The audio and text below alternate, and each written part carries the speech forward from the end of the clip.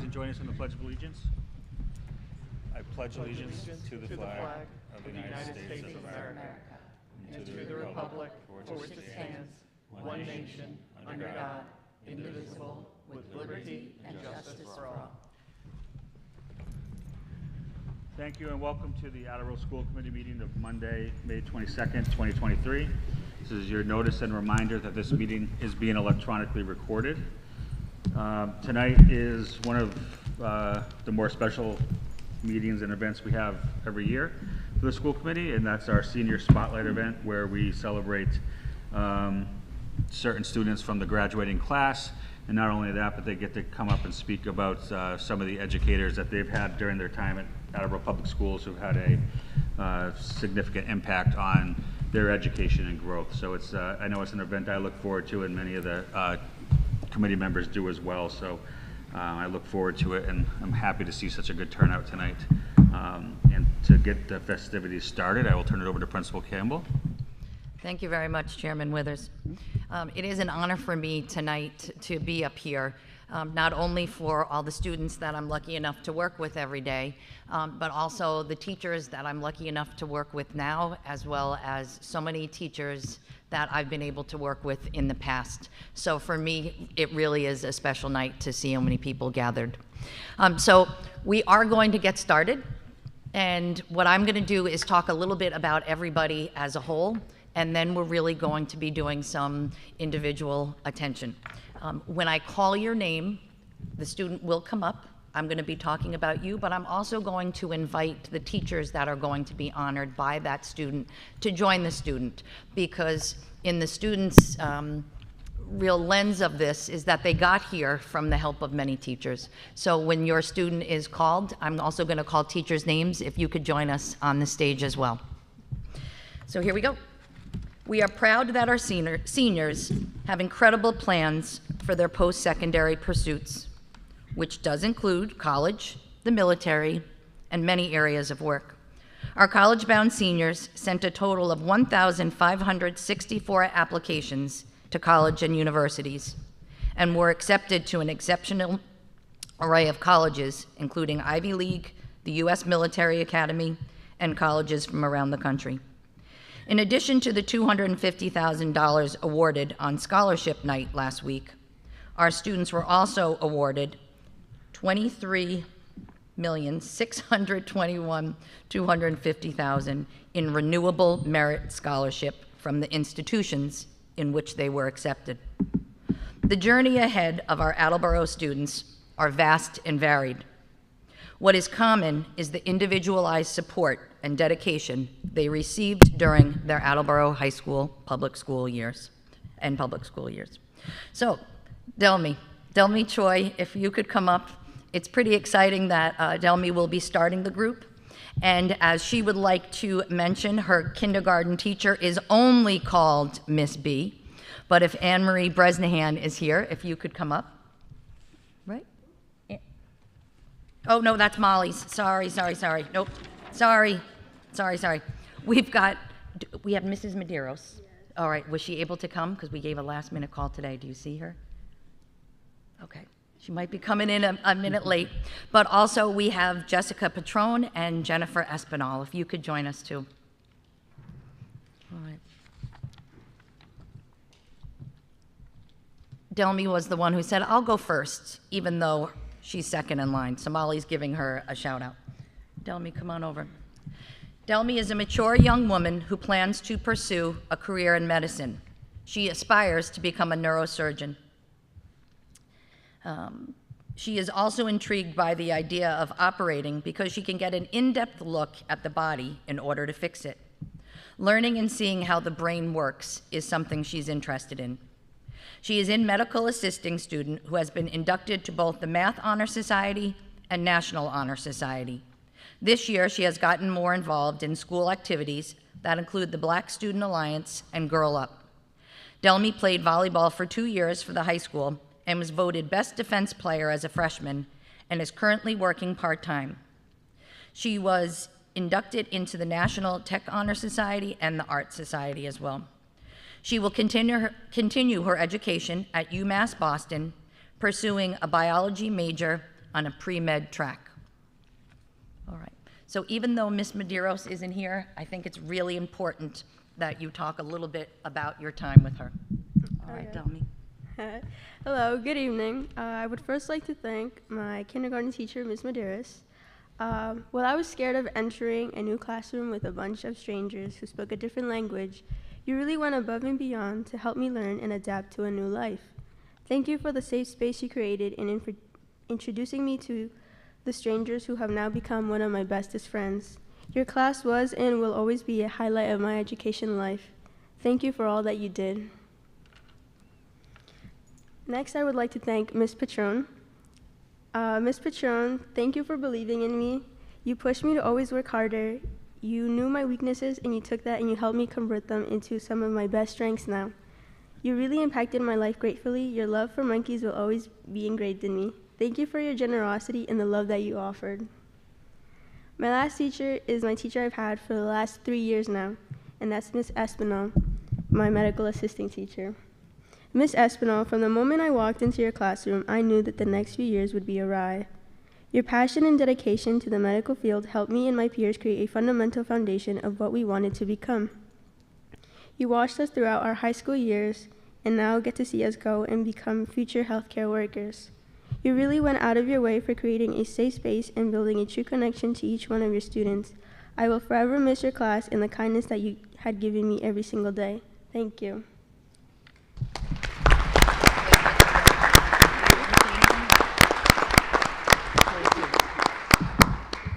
One of the things that I did learn about Delmy is that you knew 2 words when you started kindergarten in English, correct? Yeah. 2 words. And going on to neurosciences. Yeah? Yeah. So when I was asked to come here, I did pull up a picture of my class from that year, and she stuck out to me. I was like, I wonder if it's Delmy. But she came in, she was quiet, but when someone got under her skin, she wasn't afraid to speak her mind. She was such a hard worker. There was nothing that I had to remind her to do, and you know, she's definitely an inspiration. I knew she would go far, and she just proved me right. You're going to go that way, and you're going to get your certificate. So once we leave here, Delmy, you're going to go this way. And Before we do that, Principal Campbell, if I can, just because we're going to be giving out a lot of certificates today, I want to read what the committee is awarding the students with today as an achievement award. It says the Attleboro School Committee hereby commends student of the graduating class of 2023 for representing the Attleboro High School's 154th graduating class with great distinction. The governing body of the Attleboro Schools convey its best wishes for a future defined by happiness and success.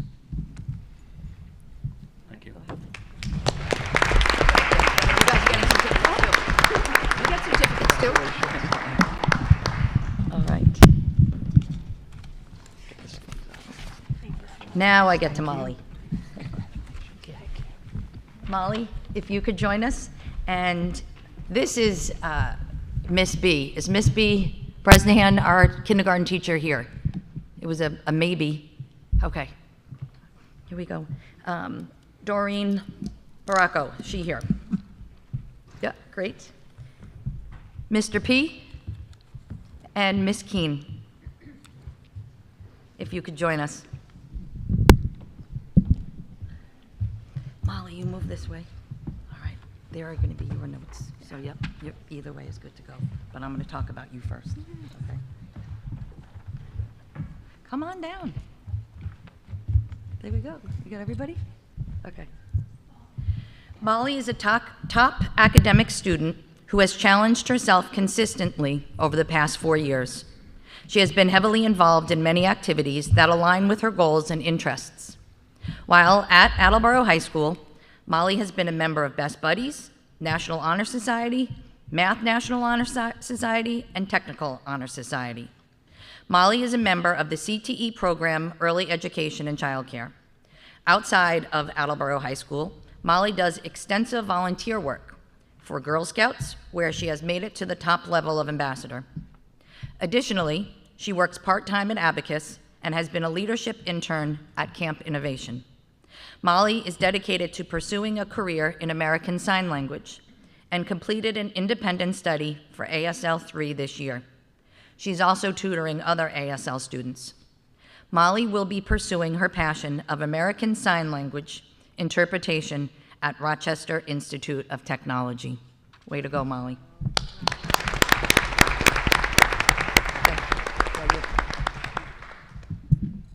Hi. So this first one is to Miss B. Thank you to my kindergarten teacher, Miss B, for helping me come out of my shell.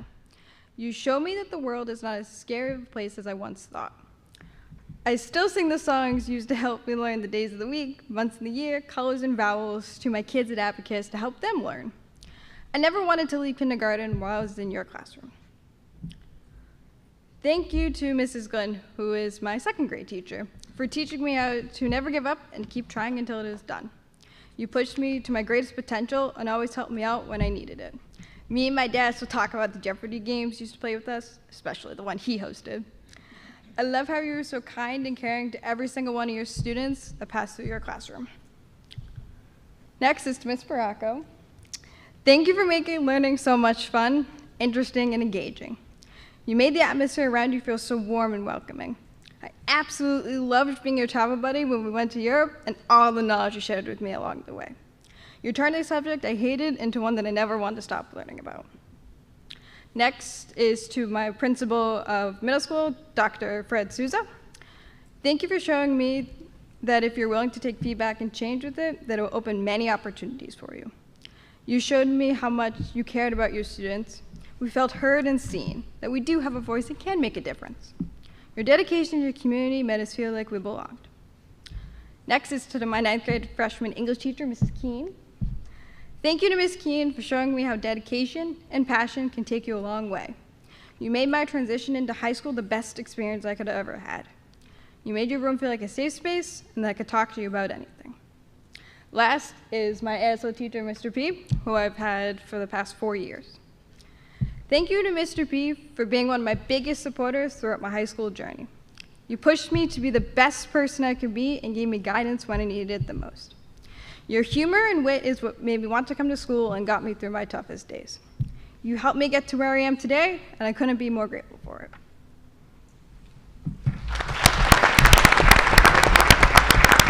Anybody want to say anything about Molly? Wes, you never have anything to say.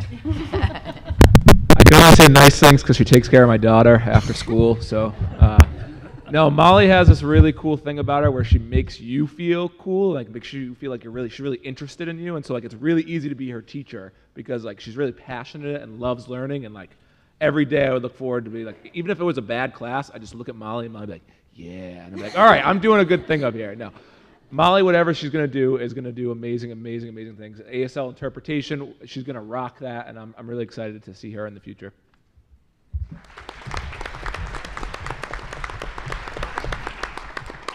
Then we can go this way. Everybody's certificates. Molly, great job. Yeah, you get certificates too. Thank you, Wes.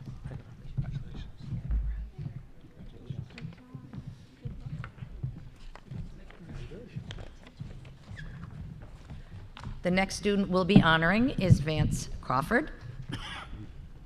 If you can come down, Vance, as well as Miss Bergeron. And Mr. Stevenson is not here. Miss Isafo, if you could join us as well.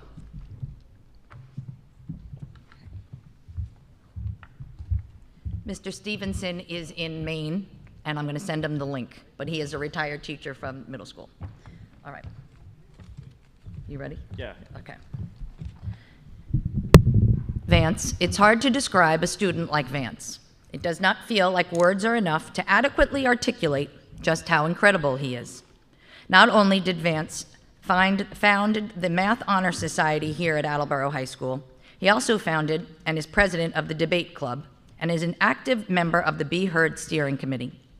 Vance was the 2022 recipient of the Harvard Prize Book Award and the University of Rochester Xerox Award for Innovation and Information Technology. Vance has gained the respect and admiration of staff and students alike. Teachers love Vance for his affinity for learning and quiet humility, while his peers regard him as a humble and sincere role model and friend. Vance's own words best encapsulate his high school career. I've learned that helping and leading others is far more rewarding than my own personal success. Vance will be continuing his education at the Wharton School of Business at the University of Pennsylvania. He will also be our salutatorian on June 2nd at our 2023 Attleboro High School graduation. All right, Vance, it's all you.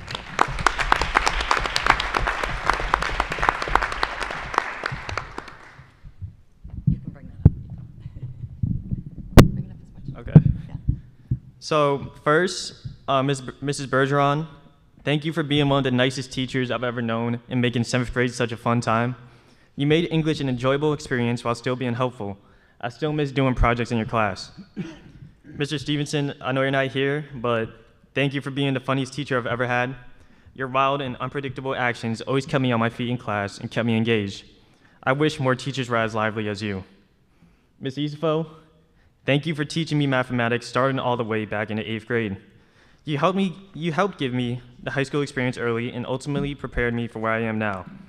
Your enthusiasm in class has only made me more passionate for what you teach.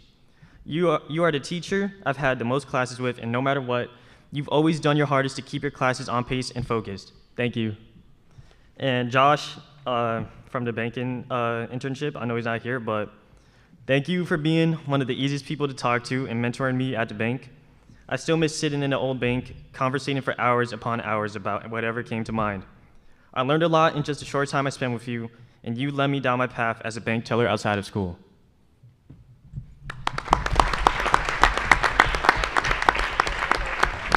Sally, you want to say anything? I'm just still trying to remember what your rap name was. Slim Beck. What was that? Yeah, Slim Beck. Slim Beck. My initials. He's an awesome rapper. Oh, not on the spot. I never knew that about Vance. He didn't rap much in my class. But I met Vance when he was only 14. He was in the 8th grade at the high school algebra, and he was tall for his age, but comparatively small. And I've had him several times. It's just been great to see him grow up, and he's just phenomenal at math. Just an excellent student. Thank you.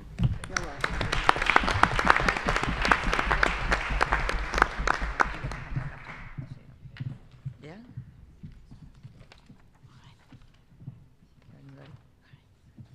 Karen Durney is going to join us, and could Danielle Chinabone as well as Dan Walton join us on the stage as well?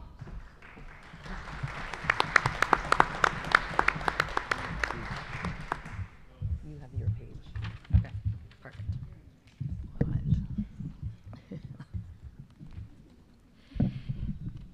Karen is a top student, taking multiple AP and dual enrollment courses, in addition to being in medical for CTE.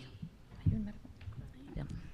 She is heavily involved in Black Student Alliance, creating events to bring social justice awareness to our community. She is also a member of Student Council and Class Council. She's working to create fundraisers and events to help her class and bring people together.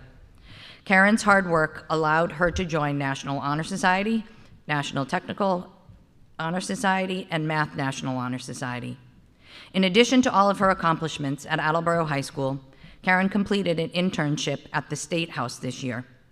She is an Adams and Koplik Scholar recipient based on her MCAS scores. Karen's determination for success, kindness towards others, and positive energy will be missed at Attleboro High School, but we cannot wait to see what she will accomplish next. Next year, Karen will be attending University of Rochester, and there is no doubt in my mind she will be making a positive difference on the world around us.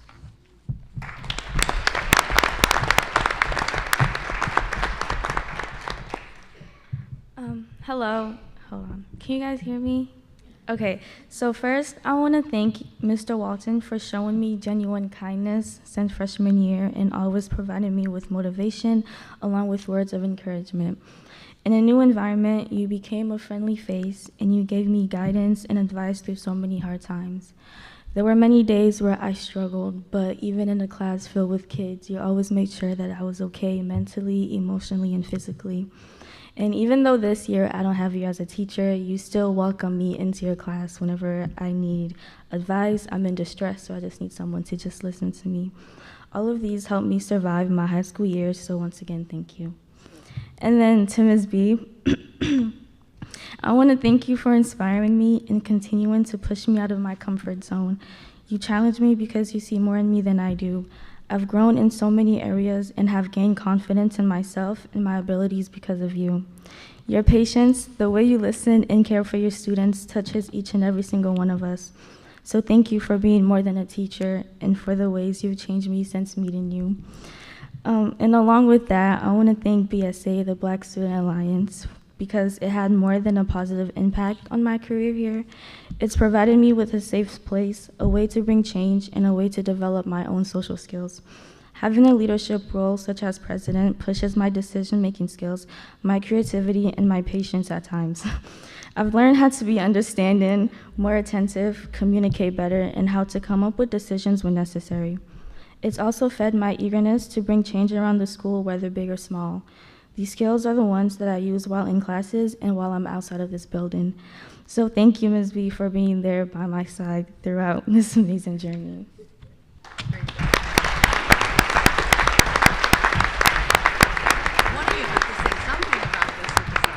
All right, I'll say something. So 2 things about Karen. First of all, last year she was the only junior in my senior AP Lit class. That's the first time that ever happened. And as the only junior, she still got the English award for AP Lit. That's how good she is.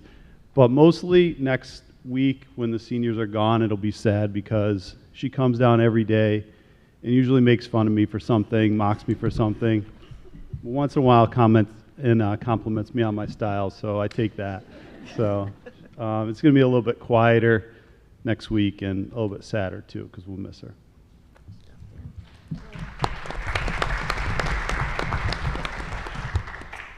Okay, I'm a crier, just in case you couldn't tell. And Karen knew this before she did this to me. But to make this quick so I don't cry even more, Karen is incredible.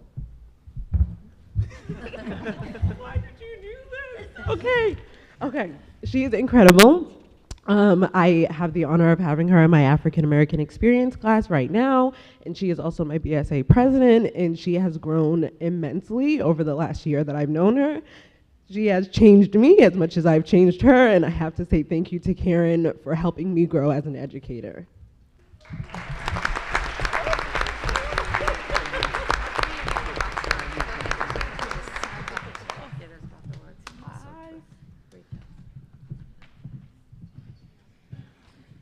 All right, who's up next? You ready? It is hard when we were practicing today in here. It's hard for the students to be able to generate all the things that they remember and feel about their teachers. I really feel it's nice when the message that they're able to do this, that we're able to have the opportunity, one, to hear about the great things they've accomplished, but also about their interpretation of how they got here. So Emily Dunley will be joining us on the stage next. And with Miss Dunley will be Tammy Ramos, Steve Santos, Angela Larson, and Karen Pereira.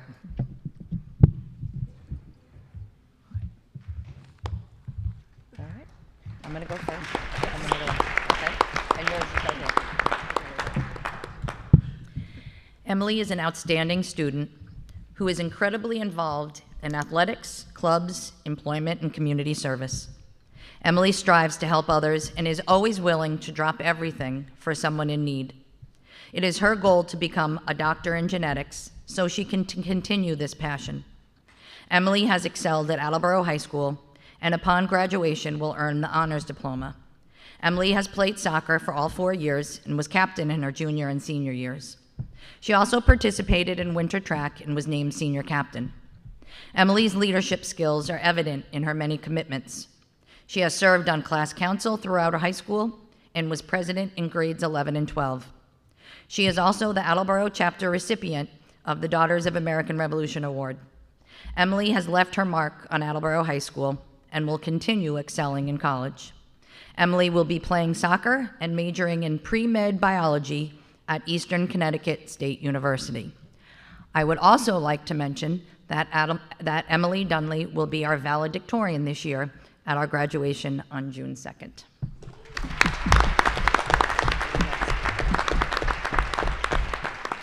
Good evening, everyone. So first, I would like to thank Miss Ramos. Every day, I am grateful that you're my 8th grade science teacher. I would like to thank you for instilling in me a love of science. Your passion is infectious, and it is the reason that I want to work as a doctor in the field of genetics. I would also like to thank Coach Santos. You have been my gym teacher and soccer coach for 4 years now. Thank you for believing in my abilities and for motivating me to achieve. You gave me the confidence to step into leadership positions both in the classroom and on the soccer field. I'd also like to thank Mrs. Larson. Thank you for being a role model and always making your classroom a safe space. I've loved having you as my science teacher for most of high school. You exemplify someone who is hardworking and kind, the type of person that I strive to be. And lastly, I would like to thank Ms. Pereira. I am grateful that you have been my Spanish teacher and class advisor for multiple years now. Thank you for showing me how to be a model for my peers. From you, I have learned how to elegantly handle the responsibilities that come with a leadership role. Thank you. Good job. Did you get everybody? Yeah. That's okay. That's totally fine. All right. Anybody want to say anything about Emily? There you go. I've been coaching for a while, been teaching for a while. Emily is someone special, someone we'll remember for a long time. She's had a great impact on this building, the school, the soccer team, everything she gets involved in, the positive energy and the attitude and just being open and there for everyone. We all learn a little bit from her as much as she learns from us. So I've been blessed to be her coach and teacher the past 4 years. Best of luck.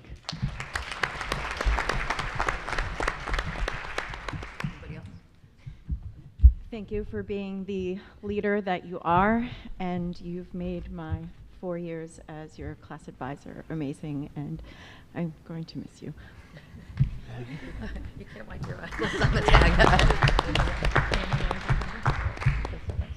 I just need to say that when Emily came to Wamsutta in 5th grade, she was the shy, quiet little girl, and she's blossomed into this president of the senior class, valedictorian. Like, I'm so proud of you. You've really done fantastic.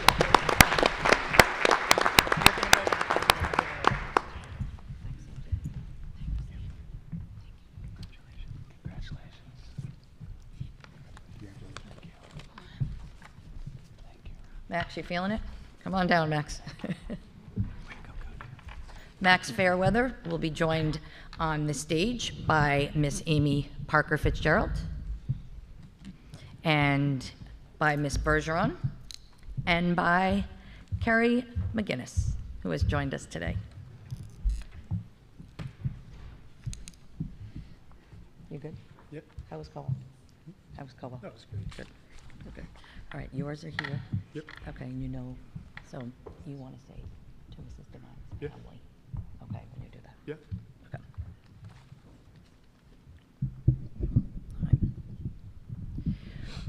When Max's guidance department was asked to describe him over the years, they started with that Max Fairweather is the definition of well-rounded, that he also holds quite a few accolades. Honors diploma recipient, Skills USA secretary, track captain, National Technical Honor Society. A budding engineer, he will graduate from our 3-year program offered through Career and Technical Education. In addition to being a 3-sport athlete, he has volunteered at Camp Invention over the past 2 summers. Max is well liked by staff and peers. He presents himself always personably and respectfully. He will be missed by his ex-block peers, as he often interacts with underclassmen to offer academic assistance, discuss college plans, or talk shop about cars. He will be attending UConn in the fall. Great job, Max.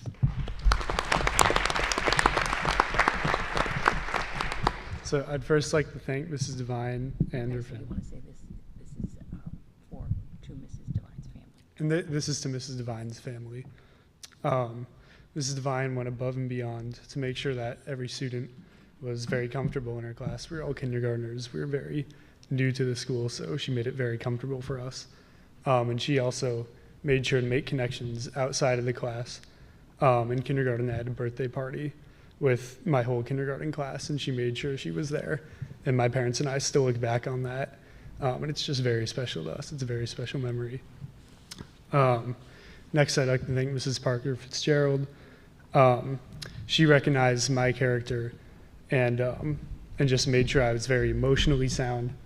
And I remember this one experience. She had this strike system in her class, and I got a strike one day, and she made her sure to call my mom, knowing that I would take it to heart, and like I'd be very hard on myself. So she made sure I was very emotionally sound and just would know I'd be very reactive to that. Next, I'd like to thank Ms. Bergeron. Her class was just always something to look forward to, and she balanced fun and learning very well. And it was an ELA class, which is not my strong suit, but it still managed to be my favorite class in middle school. Next, I'd like to thank Ms. McInnes. She taught me everything I need to know about engineering, and she had a big recognition for my passion in engineering. She was always willing to talk about what I was very excited for. And alumni of her class always come back, and they talk very highly about how well the class has prepared them and how they've used it for their jobs and used it for school. So I feel very confident after taking her class. And lastly, I'd like to thank Ms. Sawyer. Similarly to Ms. Bergeron, her class was just very fun. It was always something I was looking forward to, and especially as a freshman, it helped me adjust, make learning very fun for me. You did great, Max.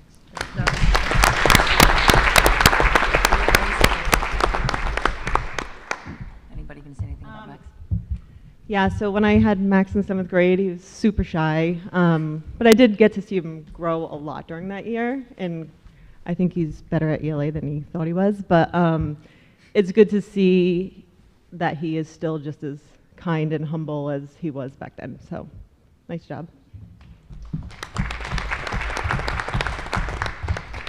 Max was just the sweetest little first grader, and now he's just a sweet, wonderful young man. And something that, one of my favorite quotes about teaching is that as your teacher, I'll always be in 3 places, either in front of you, cheering you on, behind you to have your back, or next to you so you're never walking alone. And I'm just thrilled to be here tonight to cheer Max on.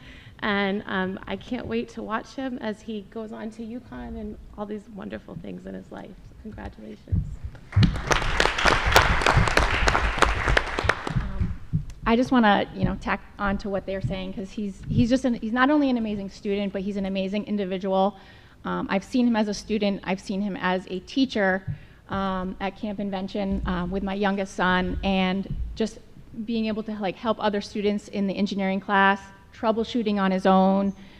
He's, in my mind, he's the definition of an engineer, and I will miss him very much, and miss his talk of cars, and just, he would take his time from guided study and always come to my class just to work on his engine in SolidWorks and teach me new things that he learned just being there, kind of doing stuff on his own. So thank you, Max.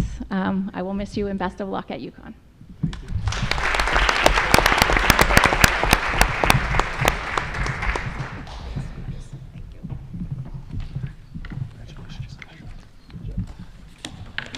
Is everybody feeling the love? All right, we had a little bit of a shift for our next honored student.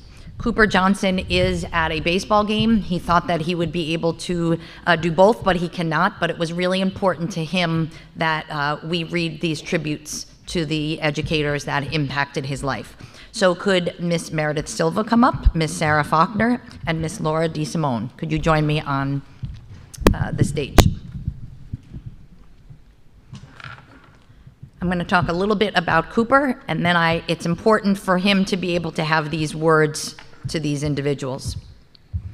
According to Cooper's team, Cooper epitomizes the term role model. He is kind, intelligent, humble, compassionate, honest, respectful, a leader, athlete, and determined, just to name a few. For his senior year, Cooper was named captain of both the boys' swim team and the baseball team.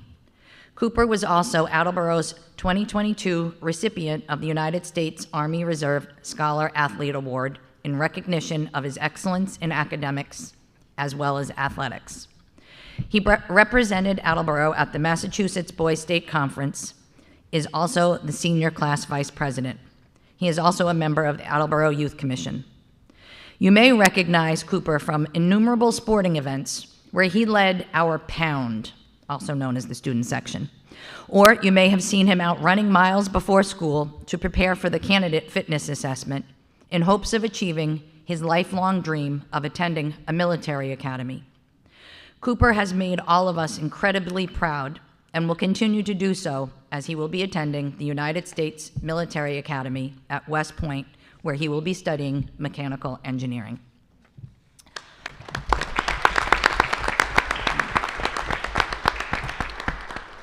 I'm going to try to do Cooper justice on what he wanted to make sure that you all heard tonight. I would like to thank Ms. Silva for taking the time to help and support me throughout my college application process. Because of her, I gained experience, comfort, and insight into interview situations, which were vital to my application and getting to where I wanted to go in the future. Ms. Silva, you've also offered continuous guidance and input wherever I've had any questions. And for that, I really appreciate you. Ms. Sarah Faulkner. I would like to thank Ms. Faulkner for creating an interesting and engaging environment over the past 4 years. I've had the opportunity to be in your class for many different courses, and every time you continue to challenge and encourage me to keep pushing forward and find success. I also thank you for convincing me to be on the swim team. It was probably the best decision I've made in high school, and I appreciate the atmosphere and culture that you brought to the team. All those hours you spent there, Sarah. Miss Laura DeSimone. I would like to thank Miss DeSimone for working hard to be a great math and science teacher during one of our most formative years. Throughout your classes, I was able to develop my own personal interests in math-related topics and also start to consider the possibilities of my future. He really wanted to say thank you to all of you. So thank you.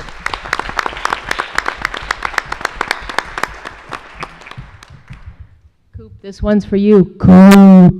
That's how I use it. And Hua, if you watch us, as a fellow Army vet. So go Coop. So true. I just wanted to say thank you personally to Coop, not just because he's recognizing me, which I just sincerely appreciate, but so that I can take a moment to say just thank you to him for being an outstanding student, just a consummate gentleman every day, and just someone that I genuinely was interested in seeing. He would stop and take the time, even when he wasn't in class, and when he came and spoke to me, and he began talking for years about wanting to pursue a life career in the military. I just remember thinking two things. One, that he was a perfect candidate for that path because of his ideals, what he brings to the classroom, but more importantly, I began to think about how lucky we are as a nation, because Cooper really is, if you get to know him, he presents as very quiet, but that should not be mistaken for how strong he is, how upstanding he is, and how much he views life as being in a service to others. So I just want to say thank you to Coop for a wonderful 4 years, and I look forward to the next few years to hear what you're doing with your life. So thank you for that.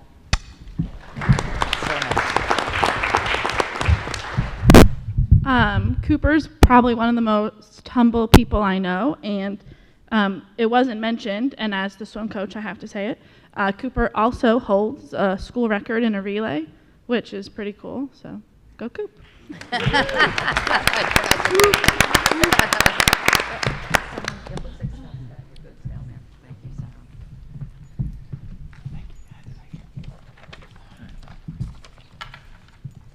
Daniel, come on down. Daniel Killian will be joined by Carrie Delpap, Nancy Krieger, and Sheila Rosa.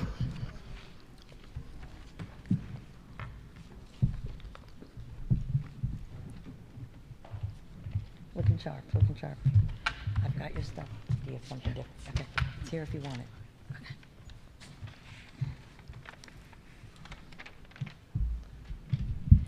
Daniel has been a member of the school's cross-country, winter track, and spring track throughout high school. His high grades and community involvement resulted in him joining National Honor Society and Math National Honor Society his junior year.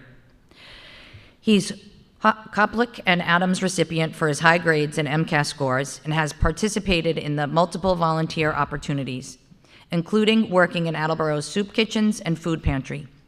Teachers and staff can agree that Daniel has been a positive light here at Attleboro High School, and it's only the beginning of what we think he will achieve. It is appropriate to say that Daniel always shoots for the stars. His determination and bright smile will serve him well in every path he chooses to take. Next year, Daniel will be attending Bridgewater State University for aviation science.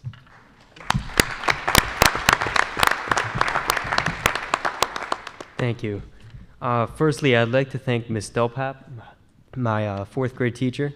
Your class made me excited to go to school and learn every day, and you created activities that made learning fun.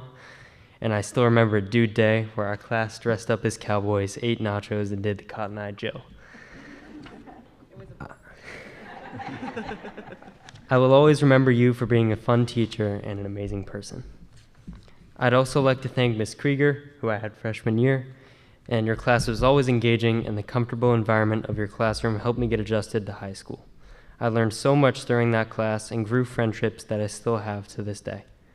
Ms. Krieger, having your class always made my day better because of your kindness and positivity. Finally, I'd like to thank Ms. Rosa, who I had in my junior year. Your class was different from any other English class I've ever taken. You made me challenge my own ideals and caused me to reflect upon myself. You wrote my college recommendation, for which I am extremely grateful. Ms. Rosa, I truly appreciate having you as a teacher, and I believe I have become a better person because of you.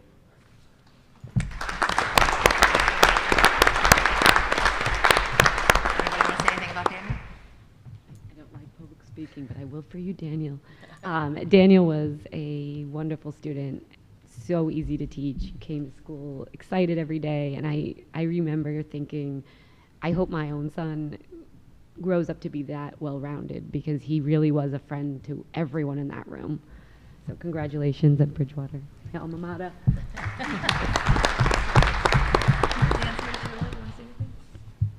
Forever known as Danny K. When I teach freshman health, I frequently say to the boys, I might not know you when you're a senior. And if you know what Danny looked like when he was a little freshman, you would say that that was true. But he was a leader. He wasn't the biggest kid in the class, but he led groups. I always felt confident that he would take kids down the right path. And I'm so thankful you invited me. Thank you.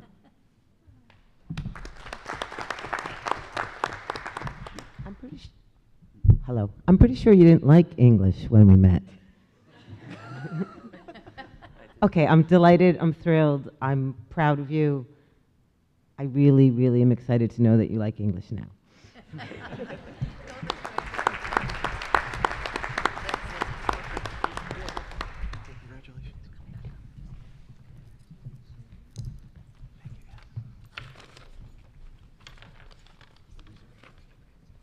Marley. Marley, come on down. Oh, Sue Sinan and Sheila, can you Miss Rosa, can you come back around? Come on over, Marley. Marley Marico. Marley came to the U.S. a little over 3 years ago from the Republic of Guinea, a French-speaking country in West Africa. She has stood out at Attleboro High School, learning English quickly and pushing herself academically. She is unafraid of the hard work involved in honors science courses and has taken advantage of the opportunities available through our One Goal program. She's a member of the basketball and track programs and also holds a part-time job. In the fall, Marley will become the first person in her family to pursue a bachelor's degree in the U.S. when she enrolls in the nursing program at UMass Dartmouth. UMass Dartmouth is very lucky to have Marley coming their way.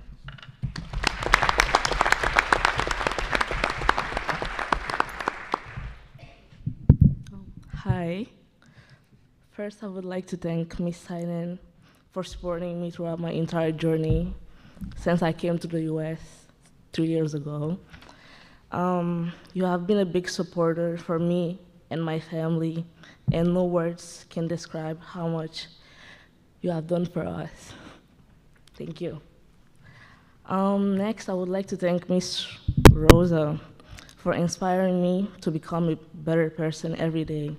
You taught me so much and helped me a lot to improve my English, and I'm so grateful that you're still my teacher to this day.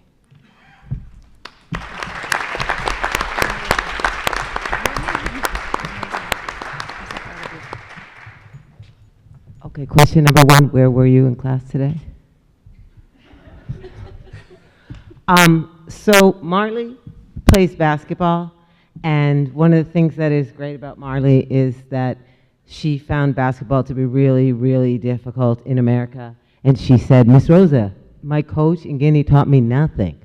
I said, yeah, but they taught you school very, very well. And so she might not have been prepared for basketball when she got here, but she was like ready to be a student.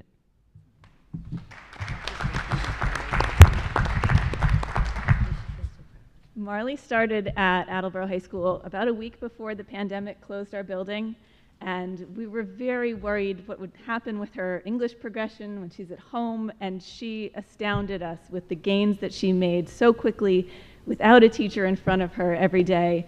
And when she came back to full-time learning, we just continued to be surprised and delighted by all the great things that she accomplished over the years, and I really am so excited to hear from the little guys how she does when she's in college going forward. She's going to do great things. I'm so proud of you.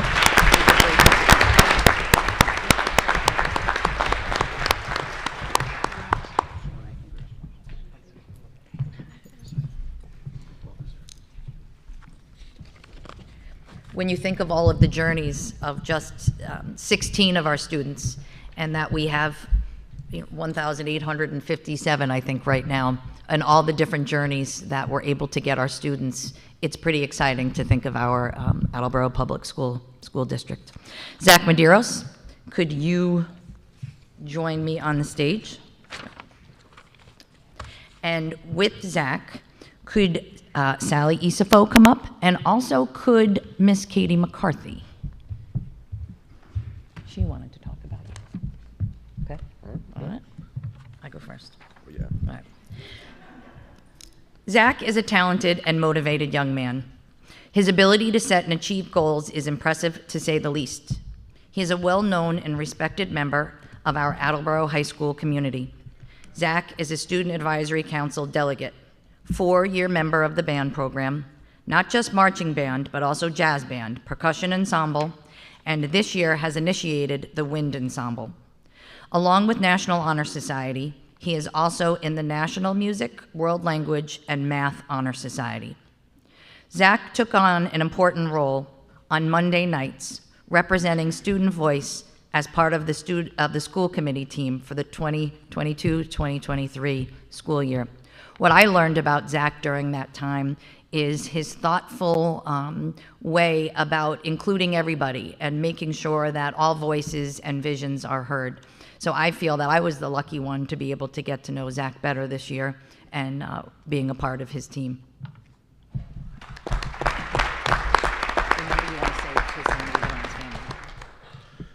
There's a lot of teachers I could have thanked tonight, but I just chose a couple that maybe haven't heard from me before. So this one goes out to Miss Devine's family. Miss Devine was my kindergarten teacher. She was a lovely teacher, and she cultivated a wonderful learning environment. My class remained very close throughout elementary school because of her love for her students. Miss Devine's legacy will live on forever. I would like to thank Mr. Stevenson for instilling in me the values of hard work and individuality. His social studies class challenged me and made me work hard, and his unique personality showed me that it is okay to be different in a sea of similarity. Thank you, Mr. Burry, for helping me find a love for music. Joining the band at Coelho allowed me to meet many friends and explore music in a way I never could before. Your conducting at Attleboro All-City Concerts has kept us connected through the years, and I will never forget the beginning of my musical journey. Mr. Seavey is a teacher that I had for only a short period of time. However, outside of the classroom, he has been an immense role model. He guided me through the college admission process with advice, and his work with the Bible Club allows many students to come together to discuss a topic not found elsewhere in school. And finally, Miss Isafo, on the other hand, is a teacher that I've had for 3 years. She has been a great influence in my mathematical career. Through her teaching, my skills have improved immensely, and I have found a love for mathematics. I thank you for the opportunity to take a very challenging course this year, AP Calculus BC, which has not been offered at this school for a very long time. And I will use what you have taught me as I continue my education in college.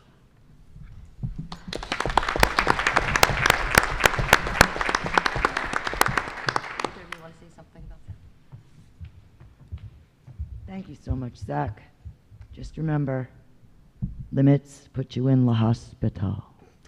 I don't think anybody guessed that's a calculus joke. But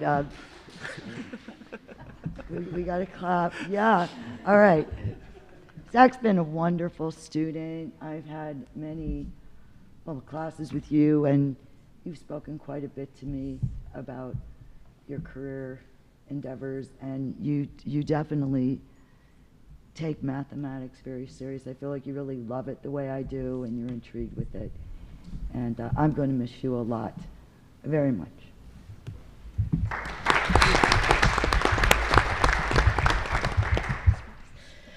So speaking on behalf of Mr. Burry, who could not be here this evening, one of my favorite Star Wars quotes is, "Do or do not, there is no try." And that is Zach to a T. He commits to everything he does 100% and does it exactly the way that it should be done. One of these symbols of our music department is a compass, and I always think of you as being the true north of that and showing us the right way to go. And we're going to miss you terribly next year.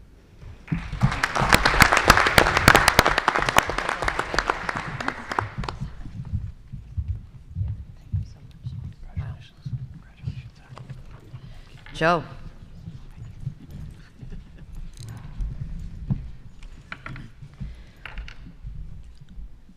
On stage with Josephine Nachi will be Alan Clavette, Sarah Faulkner, and Mr. Pete Tarsi.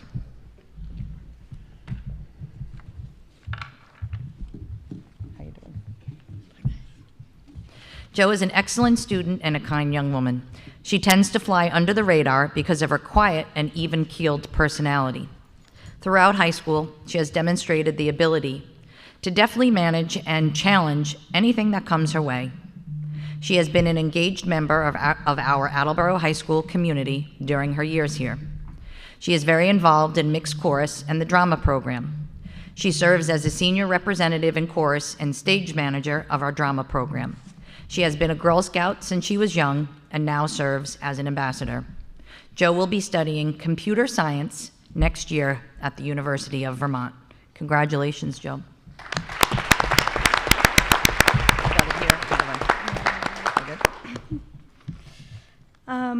First, I would like to start off thanking Mr. Clavette. Thank you for creating such a wonderful environment where I found my love for music. I will always remember your class when I think about singing my first song. Miss Casey, who couldn't be here, your classroom was always a safe space for me. Thank you for teaching me how to express myself through art and giving me a place where I could be myself. Miss Cordero, you taught me how important it is to believe in myself. I was always learning new things in your class, and it helped me connect with other people and the world around me. I normally struggle in English, but you made class interesting in a way that related to me, and I will forever be grateful for what I learned.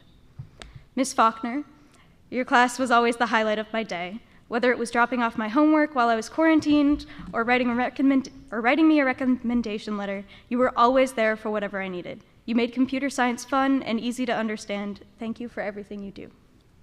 Mr. Tarsi, you do so much for the drama club, sharing your passion with us and putting just as much effort, if not more, into our shows. Thank you so much for believing in me and allowing me to grow into the leader that I am.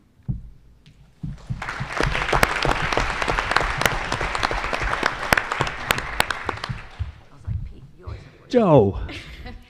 2.5 months ago, we hosted the first round of the Massachusetts High School Drama Festival. And during that week, 7 other schools came here and practiced on our stage before the festival. And one of the fun jobs I get as the host director is at the end of the day, part of the award ceremony is I get to award someone from the hosting staff the David Dooley Unsung Hero Award. And it's someone on the staff that kind of hides in the shadow and doesn't necessarily want the recognition, but deserves it.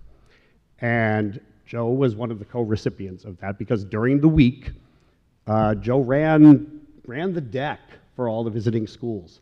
And as a stage manager, I know I don't have to worry about what goes on back here because though the award is for an unsung hero, your contributions to the drama program do not go unnoticed. Thank you.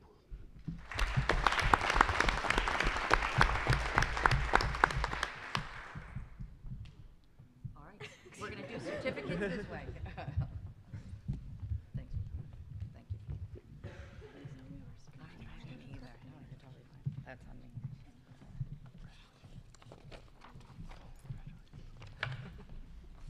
Delaney. With Delaney, Delaney Sarosi, could we have Miss Lusk, Miss Hill, and Sheila Rosa? Delaney hopes to be a pediatric speech-language pathologist in the future. She has already pursued an impressive amount of related opportunities to prepare herself for this career. She has extensive experience working with kids over the past 5 years as a volunteer, an intern, and a paid employee.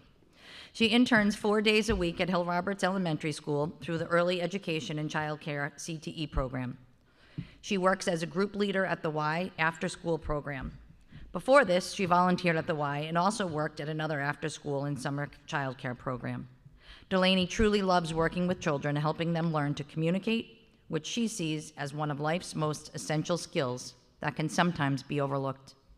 She has been inducted to the National Honor Society, National Technical Honor Society, and Math Honor Society. She will be attending URI in the fall to study speech-language pathology.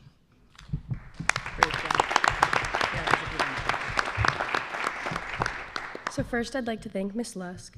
Thank you for always wanting what's best for your students. You shaped me into a strong learner and leader and always made me excited to go to school. I still remember being Charlotte in our 4th grade class play, Charlotte's Web, and how confident you made me feel despite my nerves. I had always felt cared for, and I could not be more grateful. Thank you, Ms. Hill, for being a positive light in my life and inspiring me with your kind words. I remember being ecstatic when I heard that you would be my 5th grade teacher after having you as my 2nd grade teacher. Because of you, I had realized my passion for working in the child care industry, and I've always and will always look up to you. Thank you, Ms. Barrett, for being understanding and patient. I'm extremely grateful that I was able to have you as my long-term sub in early education and care. You made learning fun, and there was never a dull moment in class. Although we had a short amount of time together, I was still able to learn so much from you. And lastly, thank you, Ms. Rosa, for being an extraordinary English teacher. The passion you have towards your career will never go unnoticed. You have taught me so much and have encouraged me to push myself beyond my limits. After having your class, I feel more than prepared to take on new challenges that I may face in my academic career. Anybody want to say anything about Delaney? I'd like to thank Delaney for inviting me. It means so much.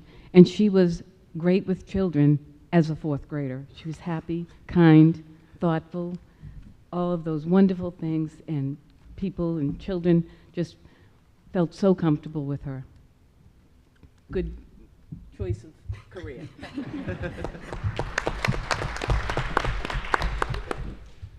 As Delaney mentioned, I was blessed to be her 2nd grade teacher as well as her 5th grade teacher. And Delaney is a ray of sunshine, and she has always been the person who lights up the room, and always a smile and a cheerful demeanor for everybody. And she is going to do fabulously in everything she sets her mind to.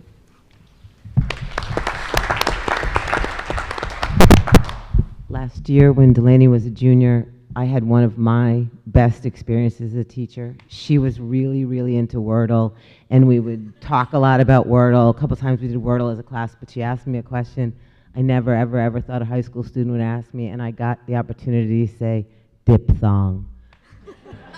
So I really appreciate that.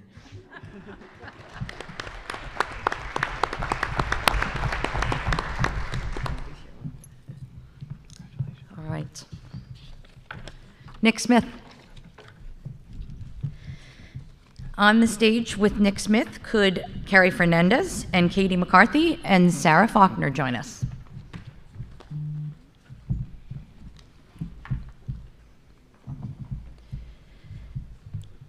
Nick, just so you know, your house and guidance team and teachers feel that you are an outstanding student in rigorous courses and is heavily involved in the Attleboro High School band program, where he was vice president and is currently section leader. He serves as social media chair for the Leo Club and is involved in the senior representative of the Attleboro High School Drama Club. In addition to the National Honor Society and being president of the Tri-M Music Honor Society, Nick was selected to represent Attleboro High School at the Massachusetts Boys State Conference as a junior. He is an Eagle Scout who serves as a senior patrol leader for his troop and has attended the National Youth Leadership Training Program. He will earn an Attleboro High School Honors Diploma when he graduates in June. In the fall, Nick intends to double major in computer science and history at Worcester Polytech Institute. Congratulations, Nick.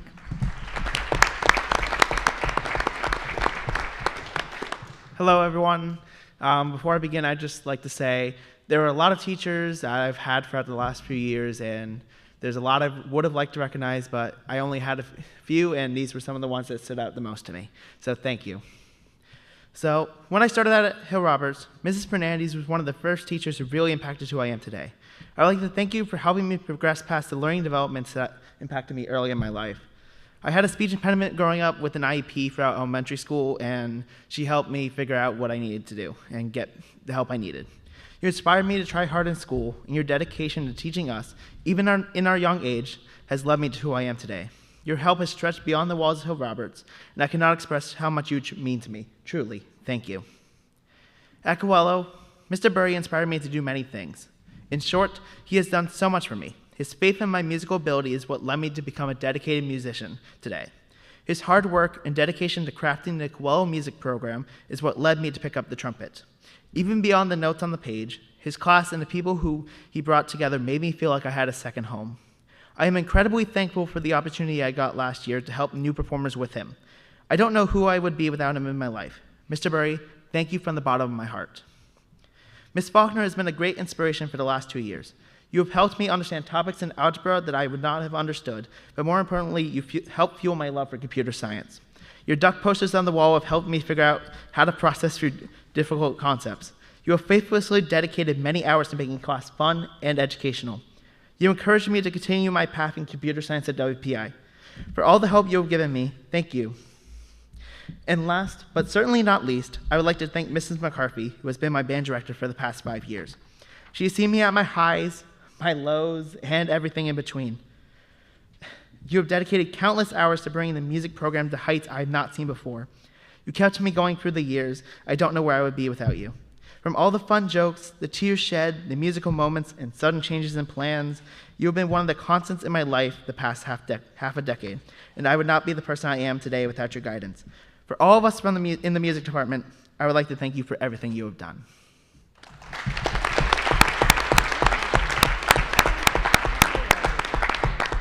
Anybody want a word about Nick?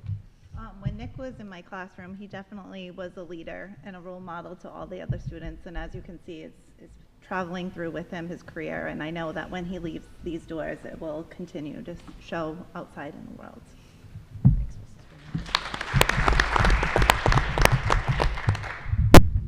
Thank you for those incredibly kind words, Nick. If you want to see Nick and Zach and Joe and the rest of our music department on Wednesday here at 7 o'clock, it's our spring concert. You can see them thrive in their elements there. This year, Nick went into something he hadn't done before, and he was the lead in our musical of Horton. And one of the main themes of Seussical is a person's a person no matter how small. And that is how Nick treats every single person that he comes into contact with. He's done it since 8th grade, and I've just watched you do it for the last 5 years. And I know you're going to continue it at WPI. So thank you and congratulations.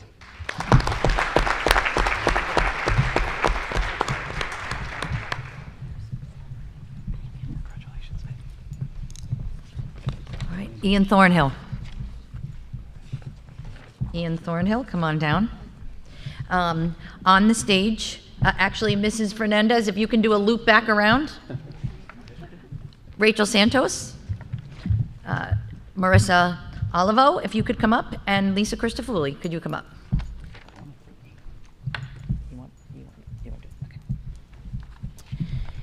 Ian began his high school career like most other freshmen, a little nervous, a little excited, and mostly hopeful in the future. After freshman year, Ian's performance and attitude took a turn for the worse, and he started down a path that few recover from. That path ultimately ended up with Ian being dropped from our school roster during the winter of junior year. Shortly after receiving the withdrawal notice, Ian reached out to re-enroll. After coming back to Attleboro High School, Ian completed several courses in credit recovery to regain lost credit and began this school as a retained junior. This past fall, Ian completed several additional courses through credit recovery and was promoted to grade 12, and after an extremely long road, Ian will graduate on June 2nd. Although he isn't quite sure what he wants to do after graduation, Ian has proven he has the work ethic to do anything he chooses. It has been said that the best view comes after the hardest climb. So I'm hopeful that Ian enjoys the view for some time, because his turnaround has been nothing short of remarkable.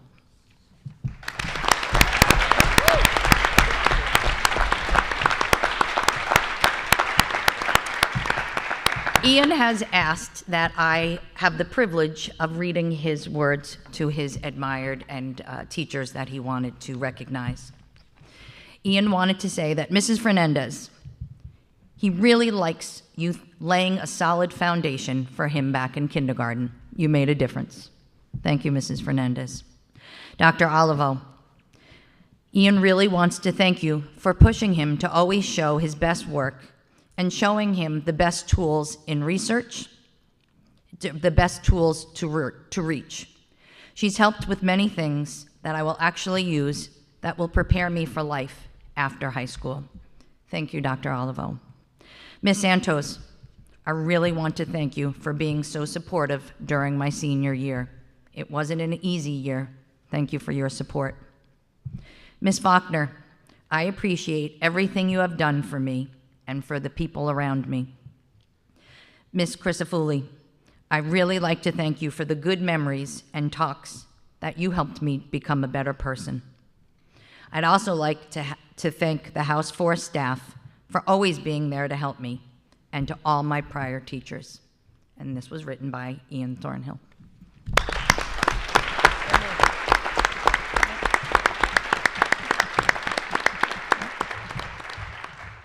Ian, thank you so much. I think all of us can say we're so proud of you. We're so excited to see you graduate next week, and we're so excited for whatever the next chapter brings, and we're so happy for you. So thank you for honoring us so much tonight.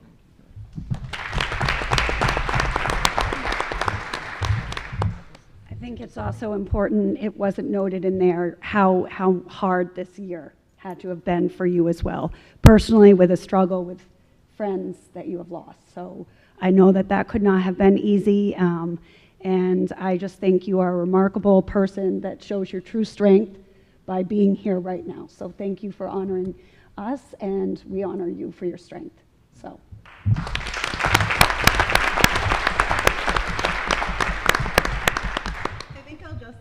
Like to say too that you know, we often hear about this portrait of a graduate, and as a teacher I kind of removed myself from that thought, thinking I'm a kindergarten teacher, these people are graduating, what did I have to do? So I just wanted to thank all of the students for recognizing the teachers, no matter where they began or where they are leaving. It truly does mean a lot to us, so thank you, Ian.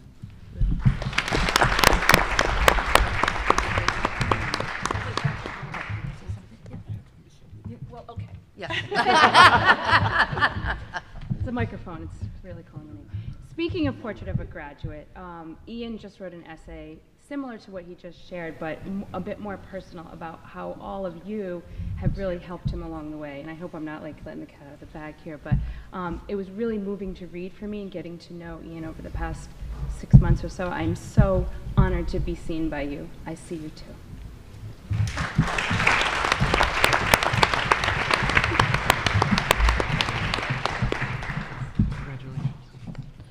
Maya Zaria, you ready?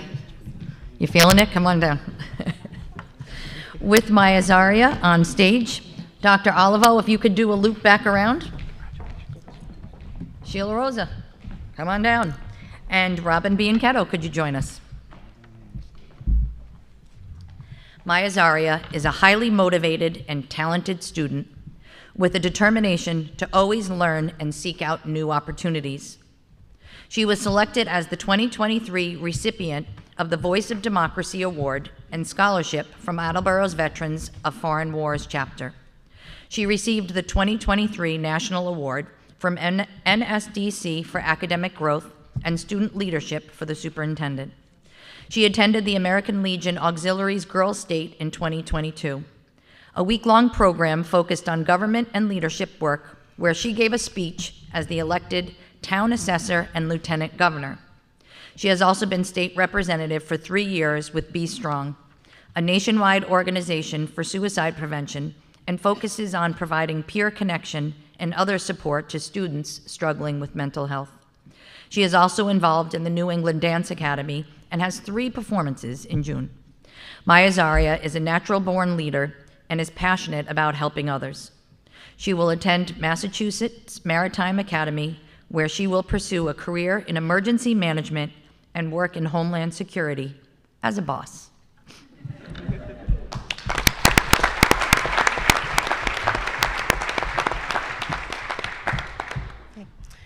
Thank you so, hello. Firstly, I'd like to start by thanking Ms. Rosa. Thank you so much, Ms. Rosa, for being there every step of the way. I thank you for your encouragement with all of my endeavors, whether it was college essays, scholarships, or being in a new class. You were there for me. Thank you for seeing me truly and helping me to be my best self. You are amazing. I'd like to thank Mrs. Bianchetto for supporting me. I'm thankful for your patience and guidance with me on my journey to becoming a great leader. Thank you for being good to me while here at AHS and proud of what I've done. It means a lot to me. It's also been an honor to work with you throughout the year. Thank you, Dr. Olivo, for acknowledging my greatness. You are a great educator and very kind. Thank you for creating a positive and supportive space for me. You inspire me to continue taking up space. You make me proud to be an ambitious individual with big dreams, and I feel inspired to continue fueling my love of learning and knowledge. Thank you, Ms. Little, for being there for all of my accomplishments. You are awesome and have been a bright light to me. I love and appreciate how happy you'd be for me. You made me feel invincible and proud of what I've accomplished. It's really made a difference, and I'm glad you were there to celebrate my success. It made my heart warm.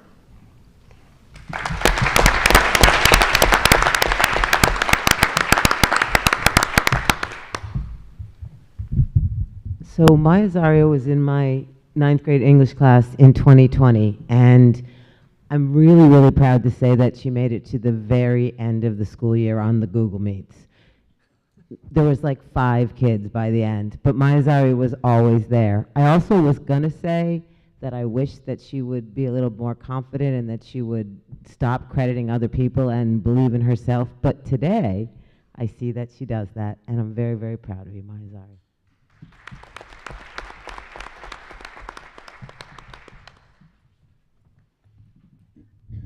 Hi.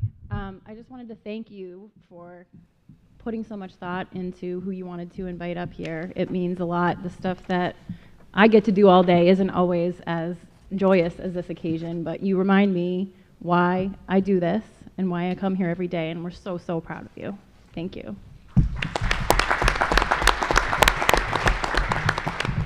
The mic's calling you.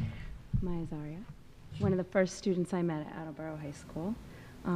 And it was my first time back in the classroom in a few years. So thank you so much for creating this space for all of us. And thank you for pushing me to be my best self as well. I don't know if you realize that, but that's what you did do. You do that for lots of folks, so thank you so much.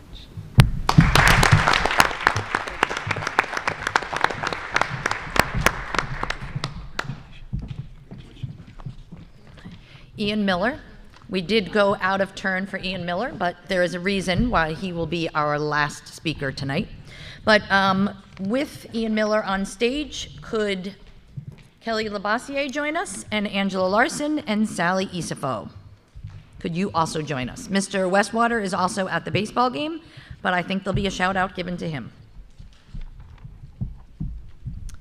Ian Miller, a young man who embodies the meaning of well-rounded. Ian is a three-sport athlete playing soccer, winter, and spring track. He is a unified athlete with the local Special Olympics and is also involved with Special Olympic soccer team.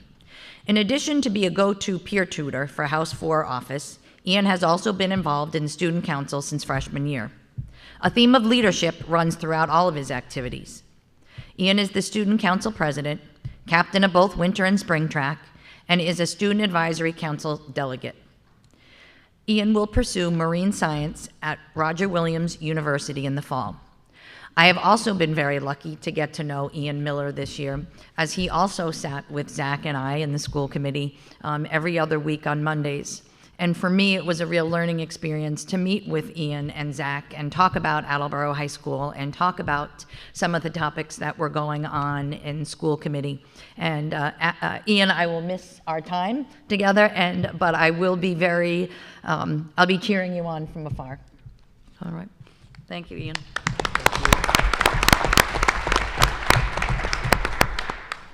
I would first like to thank Ms. Lavoisier.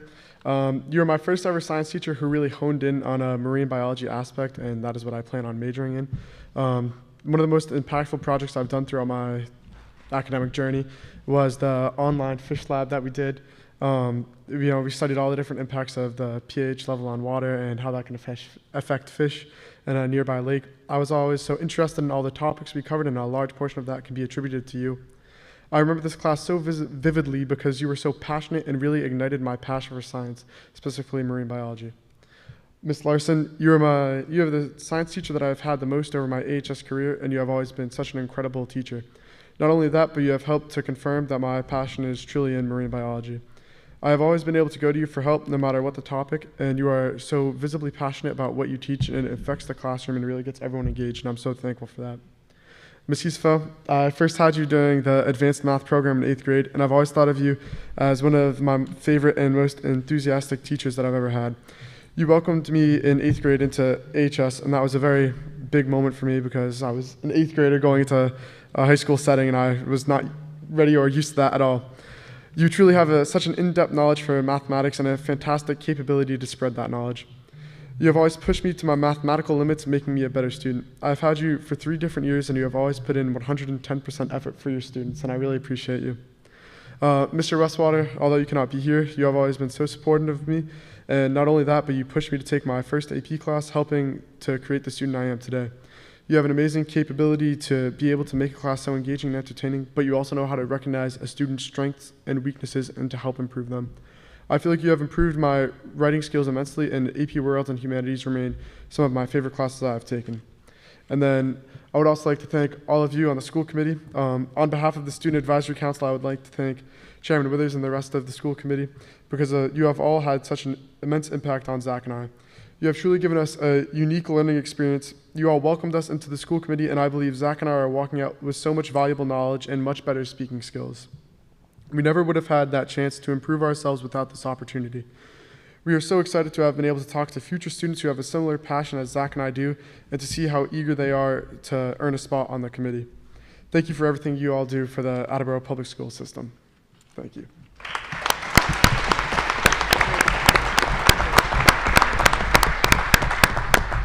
Thank you so much, Ian. Ian is currently in my calculus class. He was a member of my most enthusiastic math class during the hybrid year. You were with the mask break group. Yep. Yeah. Yeah, you guys. Ian is, one thing unique about him is his personality. Ian is just a joyous person. If you smile, smile. He's infectious with his personality, and I've really enjoyed getting to know you. Thank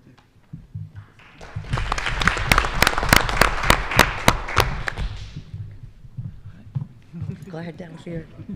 Good job, Sally.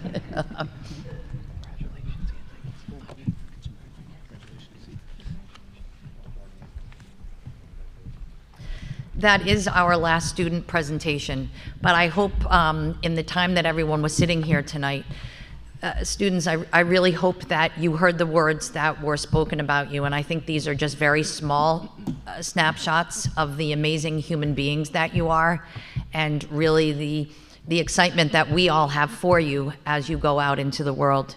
You've made a difference here in Attleboro High School, and there's no doubt in our minds that you'll make a difference in your next journey too. To all of the educators who came tonight, thank you so much. Again, this is a small snapshot for you as well. What you do and what these students recognized you for, you do every day, all day, for lots of different students, for lots of different reasons. So thank you for staying the course and doing the hard work. It's because of all of you that our students are able to shine the way they are. So thank you to everybody.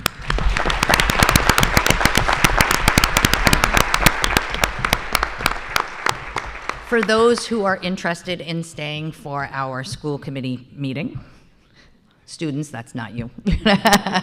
Where's my, any teachers that are here, go home, run for the hills. Thank you so much. Come back tomorrow. Have a good night, everyone. 5-minute break, Yep, or do you 5 minutes. 5-minute break, and then school committee will be meeting in here, right up front.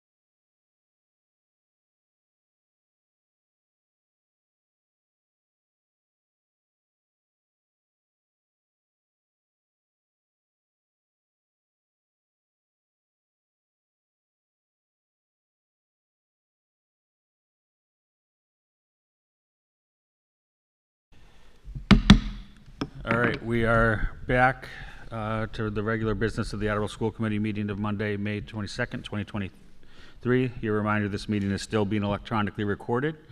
And next on our agenda tonight, we have our superintendent's report. So I'll turn it over to the superintendent, Mr. Sawyer. Thank you, Chairman. I have one brief update for the committee this evening. Wanted to give you some more information about our school libraries in the light of recently expressed concerns. As I've already communicated to the committee, I think it's very important to put this in the larger context that ultimately we're here talking about delivering public education in a free society, which is always a bit of messy business. Ultimately, what's at stake here is about community standards. And I want people to know that we absolutely respect the positions that were presented at the last meeting. As we talk about all the time, it's the mission for our schools to be for all students, and all means all, and so the considerations of all of our parents are important to us. But as we have discussed, in a free society, different people have different opinions, and it's hard to find the balance between competing interests. That's what it's like to live in a democracy. We believe that the Attleboro Public Schools has had and continues to have the right approach to this particular challenge. The first thing we need is transparency. We need to be open with the community, with families, about what it is that we're teaching, what students are being asked to read, and what students have access to. I think these are very fair questions and fair concerns, and we stand ready to provide that information when asked, and make sure that people know what it is that we're doing in the schools, because if people can't trust that, then it doesn't matter what we do past that. Second, I think it's important that we respect a wide range of perspectives as a public school. And it's, from my perspective, the best way we, as an institution in our society, preserve liberty, to give people the freedom and to respect the various views, not just a dominant one. And finally, it is important to honor the wishes of parents. Right? We are entrusted with the care of their children, and we take that very seriously. And part of that is to respect that different people have different views, and we are here to provide an education that is respectful of that. We can't always do something that's going to be liked by everyone. That's an unrealistic standard. But where we have differences of opinion, we have always, or at least as long as I've worked here, and we continue to work with families and to honor their feelings about what is appropriate for their children. They are their children, the parents know best, and we respect that, and we always have, and we will continue to. And it is my sincere opinion that that is the best way to resolve any disagreements about what we should do. In this particular instance, what's at heart is, how we're looking at books. And I just want to say that there is complete agreement that between the administration of the Attleboro Public Schools and the opinions that were expressed at our last meeting, that pornography is bad for children, which is why there is no pornography in the Attleboro Public Schools, and we do not tolerate it. Right? So there's agreement on that point. Where there isn't agreement is how we define that and what a standard for it is. And that's going to always be the challenge. I think that it's important that I state for the record that from our perspective, the books that are in our libraries were selected for their literary merit, and that they are defensible as such. But I want to be very clear that in the end, while I might object to the categorization of some of the books that have been brought into question, my opinion does not matter. Right? Ultimately, what matters here is the opinions of the community, right? What parents want for their students is ultimately what matters most and what we're going to respect. So while we can have disagreements, in the end, we're going to respect the wishes of our families. I would just close these comments by just saying that While I think it would be inappropriate to require children to read books that their parents object to, which is why we don't do that, I think it is equally inappropriate to tell some families that their children can't have access books that they value and see as literature. And that's why those books should remain, and we should respect the wishes of the parents who do not want their students reading them. One final update that I have for you this evening is that we've been working with community members about our libraries for months now. And when we started that process, we realized that coming out of the pandemic, there were a lot of things that we could look at and perhaps tighten up. And we spent some time looking at our middle school libraries in particular, because we agree that when it comes to our schools K-8, that should be relatively safe places, right? That's not a place to push boundaries or to make philosophical points. We want our libraries to be safe. And so we took a hard look at our libraries, and I just wanted to report to the committee that the good news is that in 2 of our libraries at Wamsut and Brett, we have veteran staff running those libraries who were running those libraries exactly as we have reported and as we say that they should be run, right? Which is, keeping the young adult section preserved for older students and respecting the wishes of parents as to who can access those sections. So that's exactly as we reported. At Coelho, we did realize that during the pandemic, some of the books in the young adult section had been dispersed through the rest of the library. This is in part because, unlike the other 2 libraries, we had quite a bit of turnover in staff at Coelho. And so under the conditions of the pandemic, we didn't, as a district, do a good job of making sure that new staff knew exactly how to do things the way we do them. We've addressed that. Procedures have been tightened. The young adult section has been reconstructed. And so now Coelho is like the other 2 schools, and all of our middle schools are functioning the way that they should. So that is now 100% accurate. So since this has become more of a public issue, I guess, or been publicized a little bit in the media, has the administration received complaints about books in the library from a number of parents? Or, yeah, considering how much media attention there has been, both from the paper and other media sources, we were somewhat anticipating getting some responses on this. I'm here to report, though, that I've received no complaints about our libraries since the last meeting. In fact, the only people who have reached out was to check in to make sure that we weren't going to be taking books off the shelves, which I assured them that was not the plan. So, thank you for the update. I had an email to the Sun Chronicle that was largely reported in the paper, but I think it's important to reiterate. I appreciate the way the administration has handled this. I think the way Attleboro Public Schools handles this is the appropriate way, which is to allow parents, if they don't think their children or don't want their children to check out certain books, to restrict that without judgment. But as far as restricting other families' access to books in the library, it's certainly not something that I have an appetite for, that I imagine the committee can. I mean, the committee, other members can call a special meeting, but as long as I'm chair of the committee, which I guess isn't that long, there's going to be no motion brought forward to restrict books in our libraries. I mean, that's everything that I'm against educationally and providing opportunities to learn to our children. It's not to not respect the views of parents who don't wish for their children to have access to those books. If that's their wish and their belief, I respect that, and the school should absolutely honor it. But banning books or restricting access to books that the library's staff and the administration have deemed appropriate is not something that I'll support. And if I'm off the committee and the next committee supports it, I'll be standing where you are to tell them I think they're wrong. So I appreciate the administration's stance on this. Thank you. Anything further? No? That concludes my report. Thank you. That's what I was waiting for. Next on the agenda, we have a discussion of awarding an honorary diploma to a former student at Attleboro Public Schools, and for that I'll turn it over to Mr. Geddes.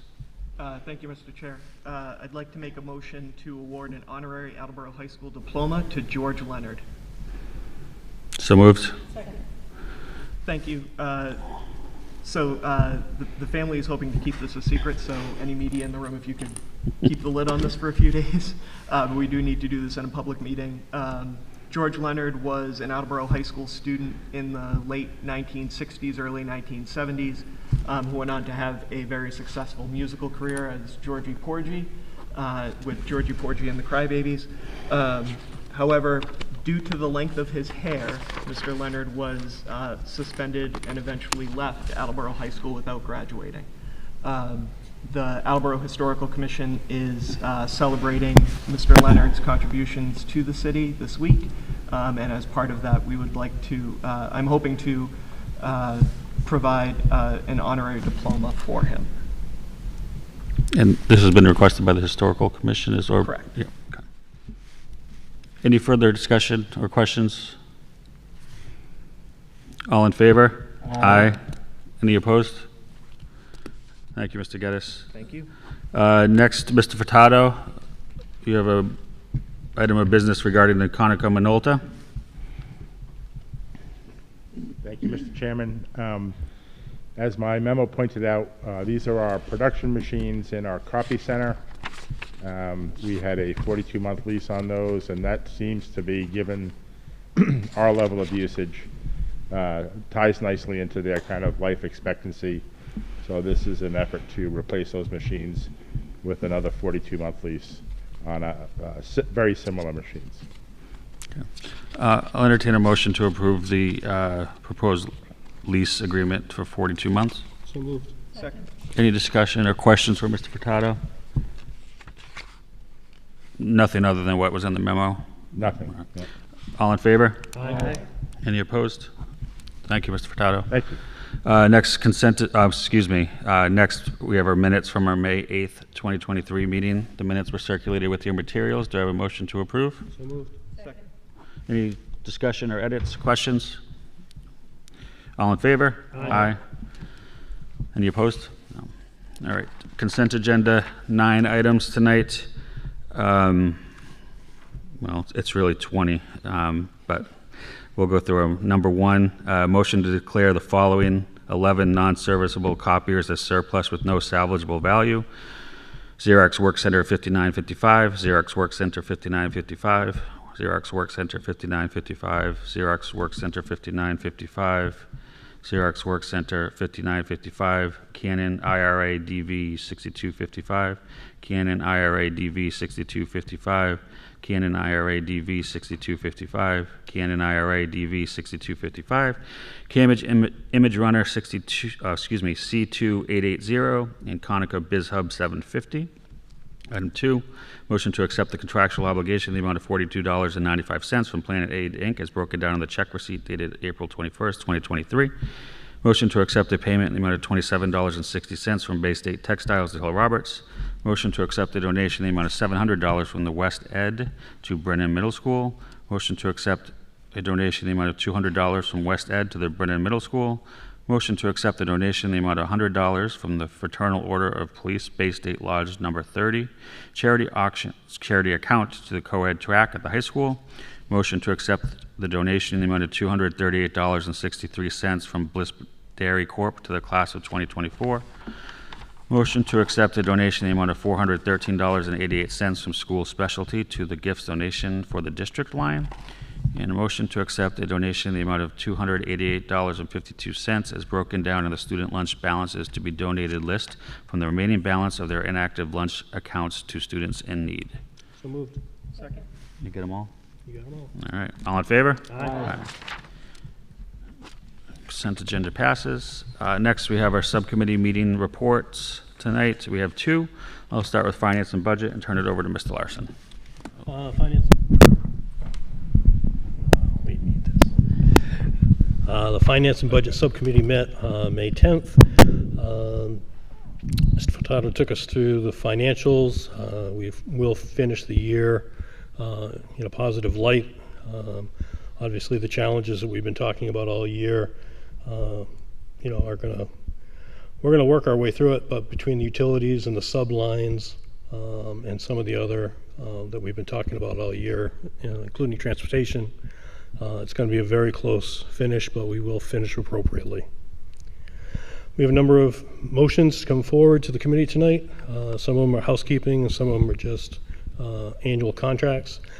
So the first is a motion to forward to the Municipal Council for approval of prior year invoices in the amount of $45.50.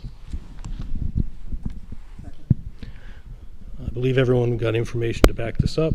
So all in favor? Aye. Motion passes. Thank you. Second is motion to adopt the athletic fee user fee as outlined in Mr. Hoole's memo dated April 26, 2023. Any discussion? I assume that the administration at the subcommittee meeting was in support. Yes, we were. All of the motions coming out tonight were unanimously approved at the subcommittee. Any other questions? All in favor? Aye. Motion passes. Thank you. Third is a housekeeping. Motion to allow Mr. Furtado to do the budget transfers that would normally be school committee approval prior to the transfer, but we do during this last month of the year waive that, so he does not need the approval process to close out for the budget to cover any deficits. Does everyone understand? Any questions? Can we just clarify it for the record, if you Sure. don't mind? So this isn't spending any extra money, it's just simply transferring dollars between budget lines to balance everything out? Yes, this is correct. So Which we do every year. Right.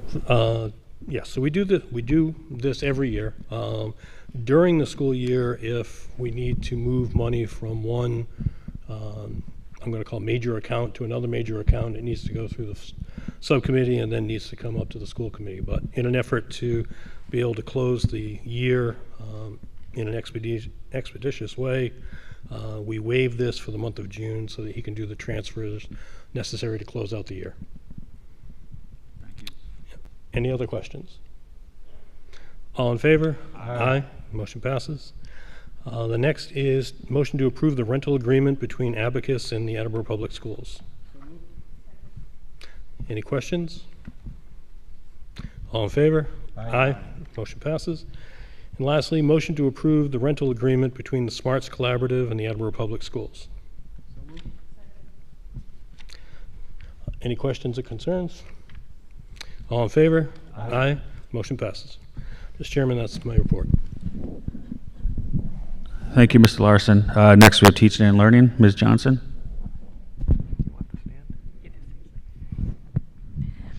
Thank you, Mr. Chairman. The following is my report for the Teaching and Learning Subcommittee that took place on May 15th. The focus of this particular subcommittee meeting was to review the progress of some of the programs that have been recently rolled out. There were multiple programs we reviewed, including Collaborative Literacy, Into Reading, Action Civics Project, Amplify Math, and Open SciEd. Regarding Collaborative Literacy, just a reminder, this is year 2 of the implementation. We were lucky to have some professional development for the kindergarten teachers in the fall. This particular program, even though it's a newer program, it still sticks with the past principles that Attleboro Public Schools has followed regarding that it continues to teach phonics, oral language development, phonological awareness, vocabulary, among other things, and also focuses on personalized instruction based on the student data and small group instruction, again, reflecting past practices. Regarding Into Reading, we are in year 1 of implementation. This particular program is focused on grades 3 through 6. We're fortunate to have received the HQIM grant, which in year 1 allowed for the purchase of materials at the beginning of the implementation. Year 2 of this grant is going to allow us to continue with the rollout of the program. There are a lot of different components to this program and a lot of different options available to the teachers so they can, again, individualize the learning for their students. There was a lot of collaboration with the coaches. Being that we just completed year one, parent surveys were sent out and to get their input on the program, and I'm happy to report that overall the response was very positive. Regarding the Action Civics projects, we are in the second year of full implementation of this program after a pilot program. I know students have come to the committee in the past to explain their, as part of the showcase regarding this particular program. This program focuses on project-based learning, where the students are empowered to select a real-world problem, and they are taught how to engage in thoughtful and effective communication with our civics leaders. This begins in grade 8, and there's also a project that they can execute at the high school level. Once they complete their project, everything is presented in a showcase, very similar to the science fair. And one great thing that happened this year is that the high school students and the middle school students actually presented the projects to each other for, again, some transfer of knowledge. I would like to thank all of the civic leaders who responded to the students' outreach, their emails, their phone calls. And I'd like to give a special thanks to Representative Jim Hawkins and to our Mayor Kathleen DeSimone for taking the time to come and visit the classrooms and speak with the students personally. So thank you for that. We also discussed the new Amplify math program. Again, this is the new program that was piloted this year. We're going to continue with this program. Professional development is on the horizon to help expand the program. I do want to let the committee know that anecdotally, students seem to be more engaged, and we are looking forward to the end of the year progress, the future MCAS, to see what type of lift we get from this particular program. We also reviewed the Open SIAD, and I believe it may have been last meeting or the meeting prior, we actually had a student showcase from Coel Middle School where they came and discussed the project there. Again, we're getting a lot of good feedback. We have 1 year left in the grant, which will provide professional development to the Wamsutta teachers. And they will be meeting with all the grade 7, grade 8 teachers this year about future rollouts of this program. And last, I'd like to update the committee. We did discuss the youth court. Again, they also presented to us not so long ago. There was a pilot program this year. They did try some cases. They did some mediation. Feedback was provided from both the students and the teachers and administration. They did find a few things that they may want to tweak or adjust going forward, but overall, again, very positive feedback from what we've done so far with the youth court. So again, thank you to the teachers and the students that are involved in that. Thank you to the seniors who have been training the juniors who will be taking their place next year in the leadership of the youth court. And Mr. Chairman, that completes my report. We have a lot to read. There we go.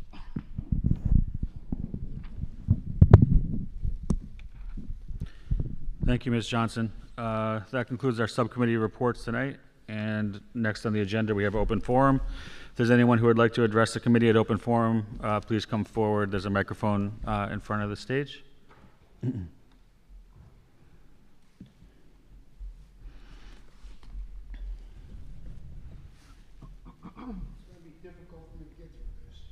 All right, if you could you please state your name, address, and.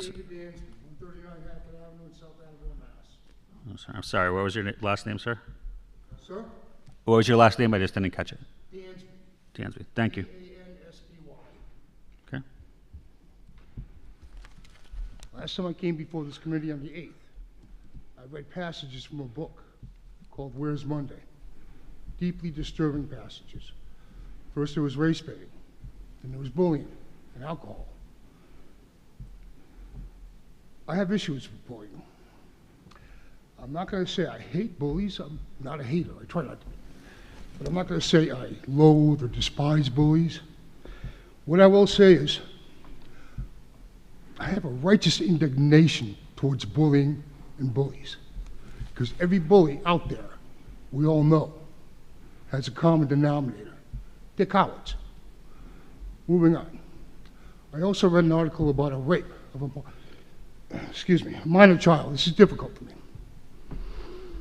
A minor child.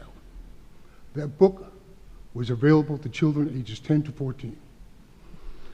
Now, when I got home that night, I was anxious. I was anxious when I read it. I'm anxious right now. Now, you might ask why a 66-year-old Army veteran who served from 1974 to 1976, why did I have crippling anxiety? Why did I couldn't sleep that night? I couldn't eat the next day. I'm going to show you why. You see this? It's my granddaughter, born on the 30th of April. You see that beautiful little smile? You see that little smile? You see the innocence in those eyes.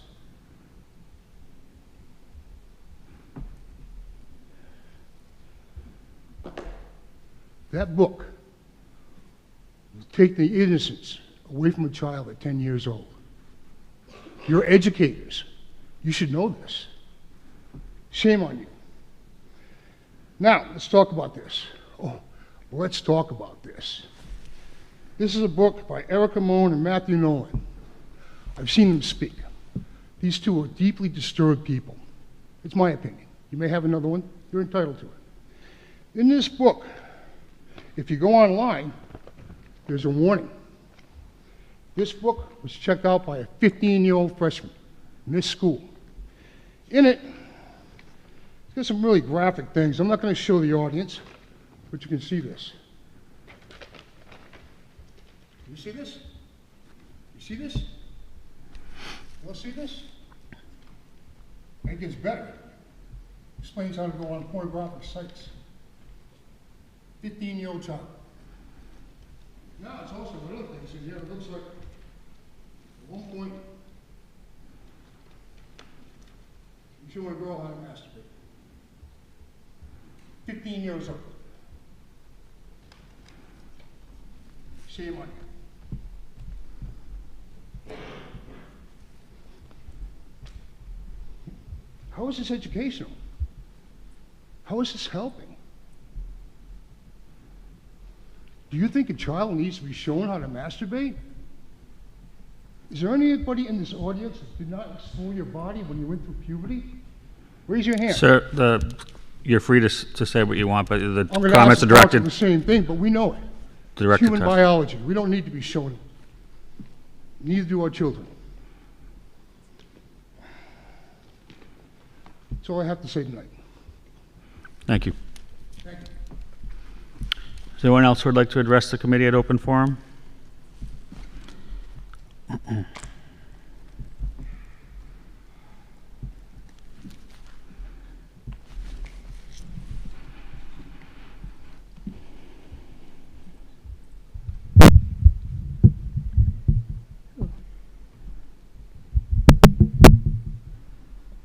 David, I echo your anxiety. Oh, I'm sorry. Jen Ferry, 12 Samuel Way. Okay. When I first heard there could be sexually explicit books in my child's library, I didn't think much of it. My daughter is 15 and she knows about sex. We've always had a very open and honest relationship. Then I was sent excerpts, and as I read them, my jaw dropped. You heard some of them 2 weeks ago. Rape, incest, sodomy, etc. In really, really explicit, obscene, violent, leave nothing to the imagination detail. And some of the books have graphics too. But then I said, there's no way these books are actually in the Attleboro High School library. But sure enough, they were. These books were not from a random list some bitter person created to stir up trouble. Not only are these books in the library, but my 15-year-old minor daughter was allowed to check them out. No questions asked, no parental consent needed. You may be wondering why she checked them out. I asked her to. I needed to know firsthand if they were truly in the library and if she'd actually be allowed to take them out without my knowledge. School library books have recently become a national talking point, and to my knowledge at APS, they hadn't been an issue before. But now that I know these sexually explicit books are in my child's school library, I have a big problem with it. I'm angry that these books were so easily accessible to my daughter. I send her to school every day trusting that her safety, well-being, and education are the priority of all school personnel. Trusting that in this era of social media and internet at her fingertips, school material is one thing I don't have to worry about. My trust in the Attleboro public school system has been broken. There wasn't a policy regarding library books until this was brought to your attention several weeks ago. Because of that, 2 weeks ago, you unanimously voted to add the following to the handbook. Library access. Parents, guardians who wish to restrict the access of their student to specific titles through the school library should contact the high school librarian, principal in elementary and middle schools. A full listing of each school's collection is available for review on our school website. Seriously? Your answer is to make me go through thousands of books to come up with a list to give you? And just to be clear, unlike movies, music, and video games, books do not have ratings. There is no way for me to effectively search. Let's just say hypothetically I was able to do this. Then there's also this currently in the handbook. The SAILS network connects Attleboro High School with public and school libraries in southeastern Massachusetts, allowing students to access thousands of books electronically. How can you even think this is remotely fair or even possible to ask of parents and guardians? I agree with what Mr. Sawyer said tonight about not restricting books that other families may deem appropriate for their minor children. But I feel there needs to be a more equitable policy for parents like me.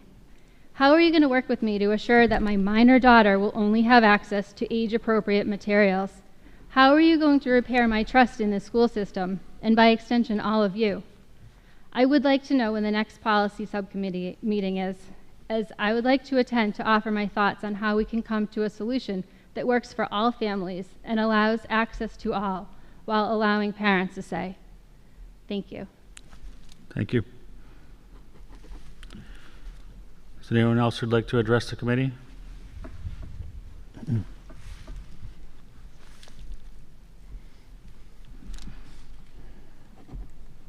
Good evening, Beverly Halecki, Canadian Geese Road. I've never stood before the school committee before, but after last week's meeting that I watched online afterwards, I was deeply disturbed by the material that was presented and honestly appalled that that material exists in our school libraries. Mr. Sawyer made mention that we need to trust the Attleboro schools. There have been many things over the last couple of years that have in small ways broken my trust with Attleboro schools, which is why I pulled 2 of my students from the school, but I still have 2 students in the high school. And they'll remain in the high school until they graduate. The issues like about these books has just broken my trust more. You put a little blurb in the back of the student handbook, that's not acceptable. I mean, poll your parent. How many parents actually read the handbook? We might skim through it and sign off saying we read it. No one has time to go through all that. No one's reading that. And as a parent, myself and others, we wouldn't even know. We wouldn't even know what books to put on the list to say we don't want our children having access to these.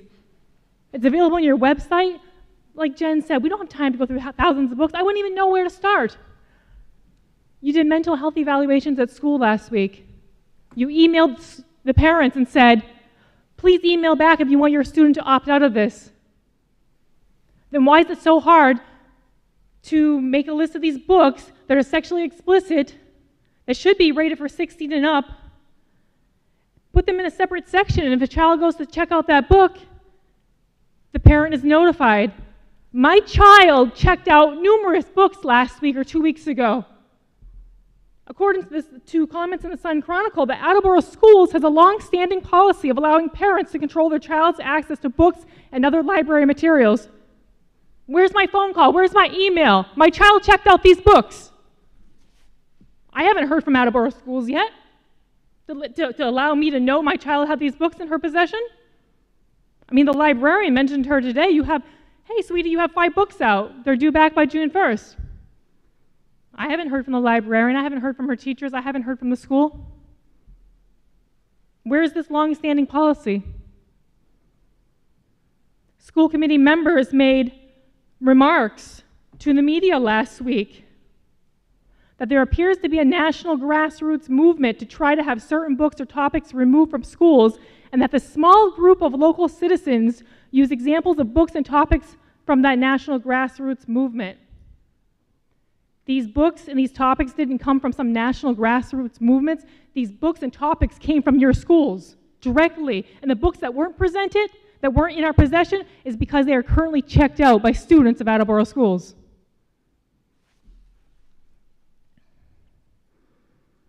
Other comments that were made by school committee members said the books in question are not being forced upon any students, and families have the right to limit their students' access to them as they see fit.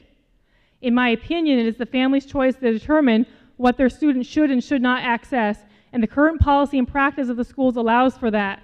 And I disagree. The current policy does not allow for that. I don't see fit that my child read these books, but my child checked them out with my knowledge. So what do we do about that? How do we fix that? The policy put in place of putting a blurb at the back of the handbook is not good enough. And I mean, I didn't prepare anything to write tonight. I didn't know if I was coming up here to speak. But after the comments by Mr. Sawyers, I felt I needed to. And I'm going to keep coming here, and you're going to keep seeing my face until something more is done. And there's many parents I've reached out that I've heard from. They would like to come up here and speak, but they don't want to give their names. They don't want to give their addresses. And to be honest, that's a long, outdated practice, and something needs to be done about that. Or maybe that practice is just kept in place because we want to scare people from speaking because you don't want to hear from us. That's how I feel. We already have federal laws in place regarding obscenity in minors. And I would argue that these books are obscene. These is obscene material. I would argue that the libraries are distributing this material to our students under 16. In the law, it actually says that, for example, using a cartoon character or children's television program in the domain of a website that contains harmful or obscene material, visual representations such as drawings, cartoons, or paintings that appear to depict minors engaged in sexual activity and are obscene are also illegal under federal law. You have a book in your library that has these images of minors engaged in sexual activity. You have books that depict that. That's against the federal law. I don't know why that belongs in a school. And if there are parents out there who are watching this who want their children reading that material, we have a dozen libraries within 20 minutes of us. You can get that material anywhere. Our children are exposed to enough sexual content via media and shows and movies. We need it from the school too. You're here to educate. Speaking of movies, if you want to take your child to an X-rated movie, can they go alone? No, you have to give them permission, right? You have to go with them to X-rated movies. What about movies that are rated NC-17? Can your child go to that? If you feel it's appropriate for your child, your 16 or 15 or 14 or 10-year-old to go to that, can you take your child to the NC-17 movie? No, you can't. The movie theater says, we don't give a damn that you want to take your child to this movie. You're not allowed. It's NC-17. So how come these books that I would say are worse than NC-17 movies, we can give them out to our children, 10 years and up? You don't have a right as a parent to bring your child to those movies, but you think it's okay for them to get that material at school. I'm just sickened by all of this, and more needs to be done, and I'll be here in 2 weeks, and I'll be here again and again and again until something more is done. Thank you. Thank you. Anyone else would like to address the committee at open forum tonight?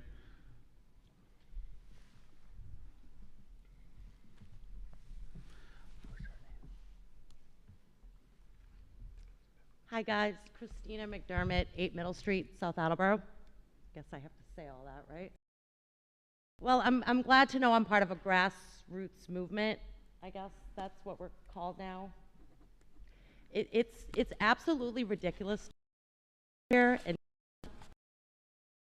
adults. And I'm sorry, Stephen, Mr. Withers, is it? Yep. Okay.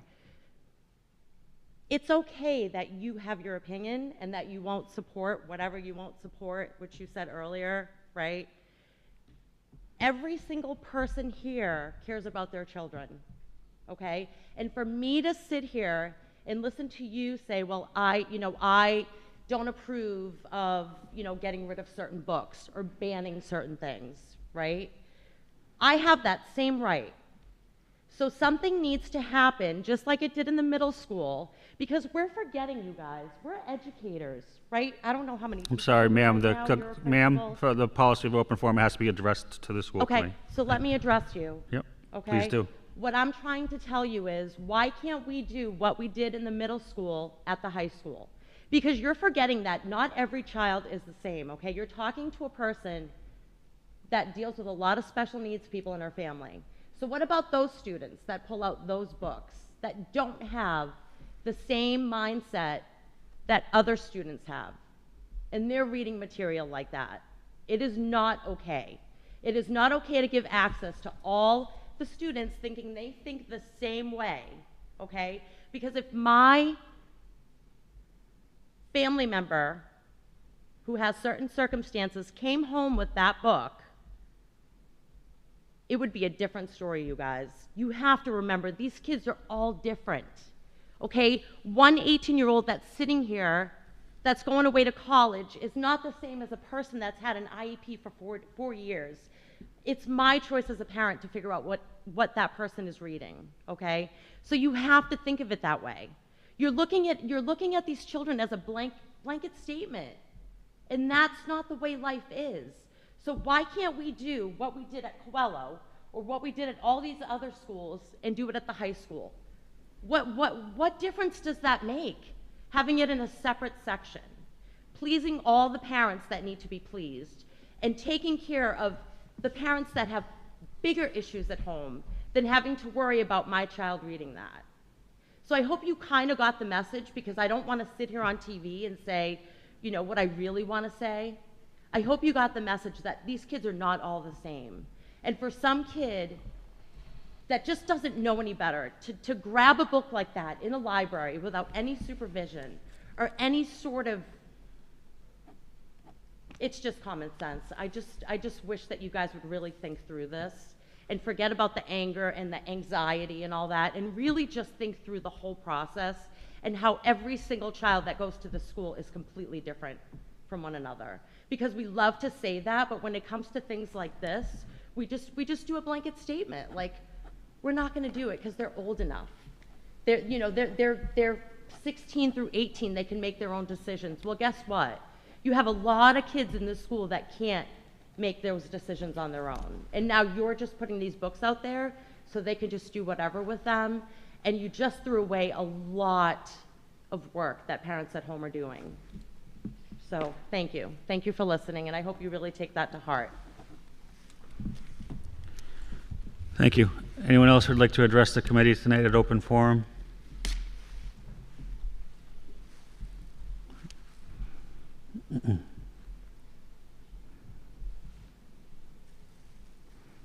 Hi, Erin Kalish, 48 Smith Street. I won't take much of your time. I'm going to admit that I came into the meeting late because I heard that this topic was being discussed, and so I had to come down and hear for myself what was going on. And I just want to end the evening by saying you can't ban books. You can't take books out of the libraries. There are the amount of content in most of these books that is the kind of content that people are concerned about is tiny when you think about the number of pages there are in the book. I think it's also about books are a way that we encounter the world and we understand human experience. They are a way that we understand other perspectives, that we see the world from outside of ourselves, which is something that is so essential to teenagers. Are there books that my children have read that I wasn't a huge fan of? Sure, but then they're an opportunity for a conversation.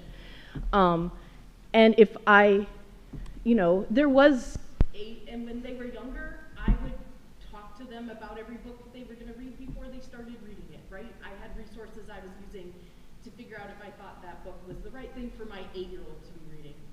Sometimes the answer was no, let's wait until you're a little bit older. But removing books from a library sends us down a slippery slope that is dangerous. Honestly, I have more concern about the access you guys give my kids to YouTube on their Chromebooks than I do about any books in the library. You can't ban books. You can't remove the books. There is nothing there that is really pornography. It can't. It isn't. There are scenes in these books that might borderline on graphic. They might describe sexual encounters between minors, but they have been books like this for a very long time. As someone who has taught Chaucer, Excuse me. No, everyone gave everyone time to speak. I'd ask that you do the same, please. Thank you. Are we going to stop teaching Chaucer? Are we going to stop teaching Shakespeare? Because you start down this road that's really Thank you. Is there anyone else who'd like to address the committee at open forum tonight?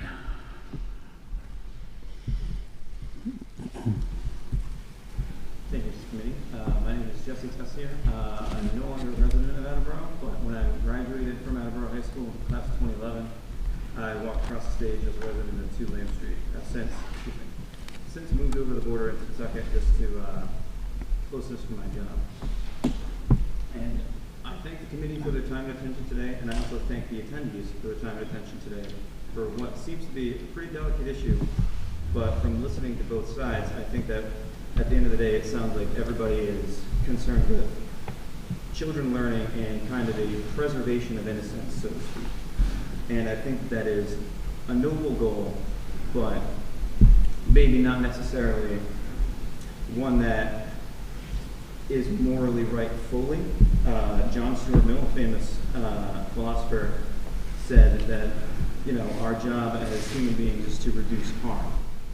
To live in a society is to reduce the greatest amount of harm to everybody.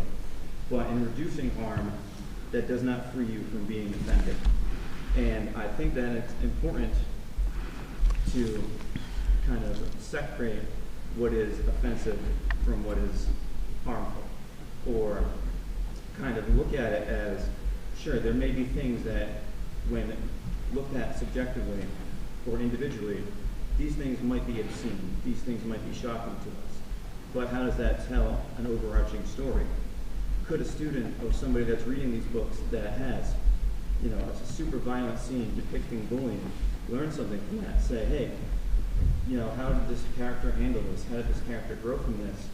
Is this something that if I ever experienced, I would have, now context to see what I could do about it? If there's somebody that looks at sexual content that could be going through something horrible at home, that could say, I didn't know that I'm not supposed to be touched that way. What can I do about this? There is value in shocking content. And I think that if parents or guardians have concerns, first and foremost is having conversations at the dinner table, which I think both sides can agree, more people need to have that. I'm not a parent yet myself, but I think back to what worked for me when I was a child.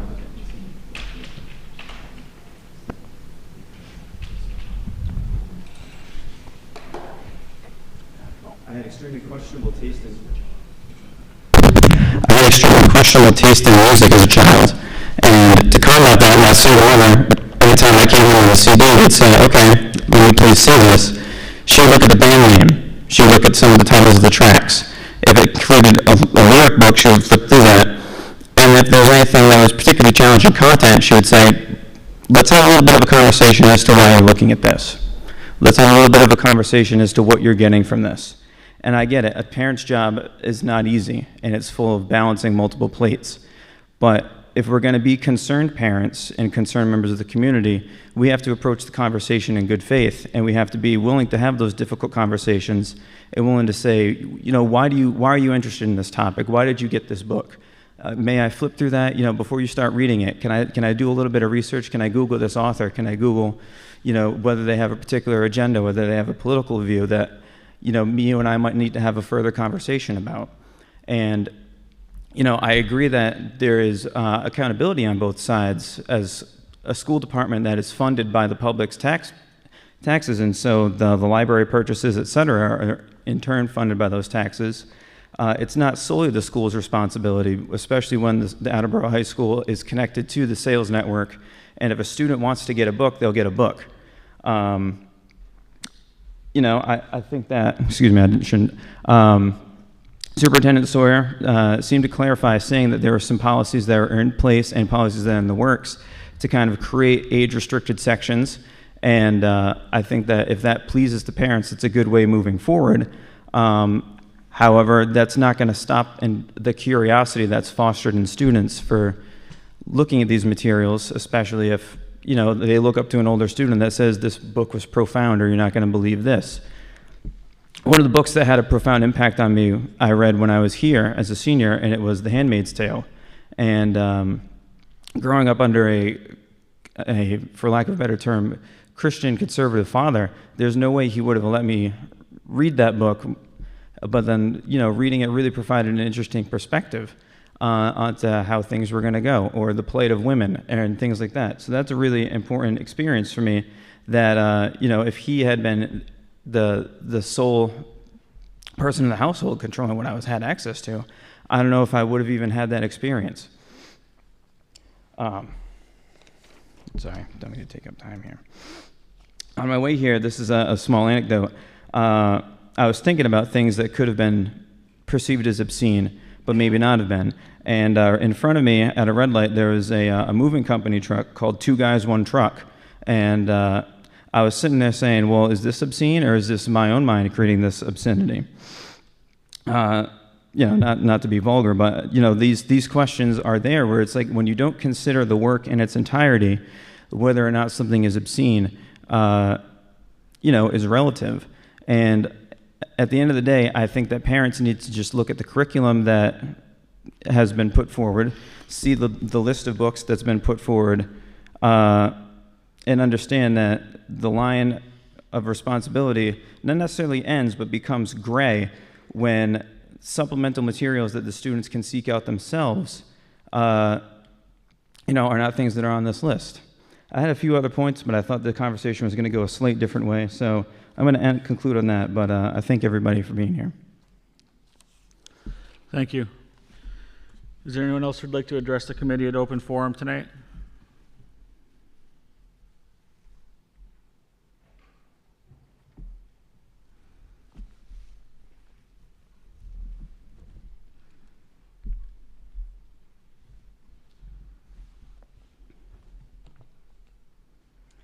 My name is Megan Domenici, and I live at 15 Sienna Road, and I don't have a problem saying that. If it wasn't so utterly disgusting, it would be almost laughable that in 2023 we are back to talking about banning books. Books. One of our oldest, most long-lasting, and personal ways of passing education down through the generations, of developing empathy in a person through numerous genres, while being able to speak to millions at a time, no celebrity needed. Nazis banned and burned books. The apartheid regime of South Africa banned books. The Chinese Communist Party censors what its people may read. The Russian government has banned and is currently banning books right now. This year, people have fled that country for simply having leaked the list of banned books. The strict censorship of North Korea is notorious the world over. The last time I checked, the respectable people of the world were not trying to be more like those groups. Let's talk about the semantics of banning books versus keeping certain titles out of the library, because I've heard it said that that is what is happening here.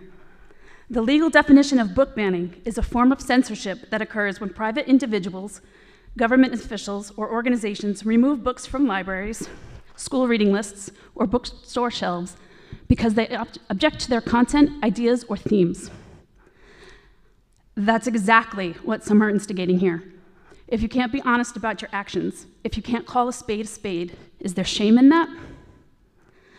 I suppose if any good can come from others trying to force their conservative and religious beliefs on public education, it can be that I have found some wonderful and enlightening new books to read. I've rediscovered a book that changed me for the better as a human, books that educate and develop empathy and help an individual more fully comprehend the human experience, as glorious and horrifying as it may be.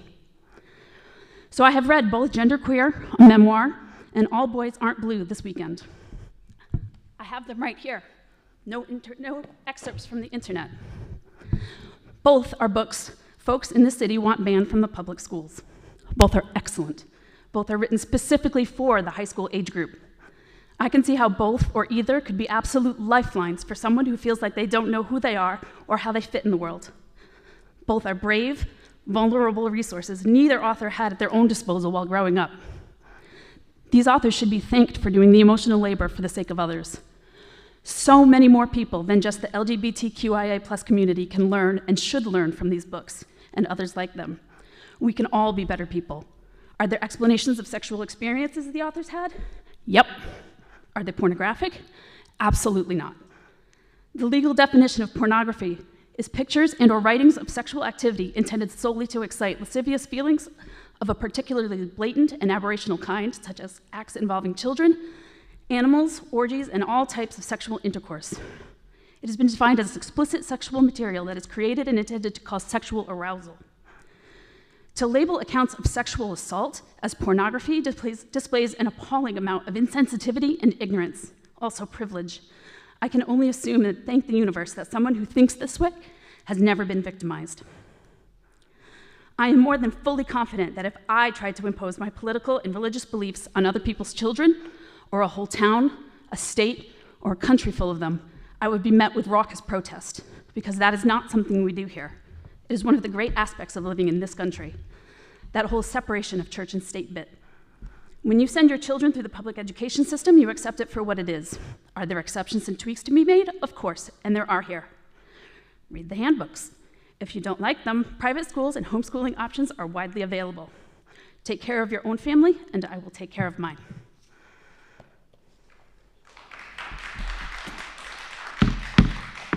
Please, no comments from the audience, please. Anyone else who'd like to address the committee at open forum? All right, I will close open forum. Thank you to all the members of the public for speaking tonight.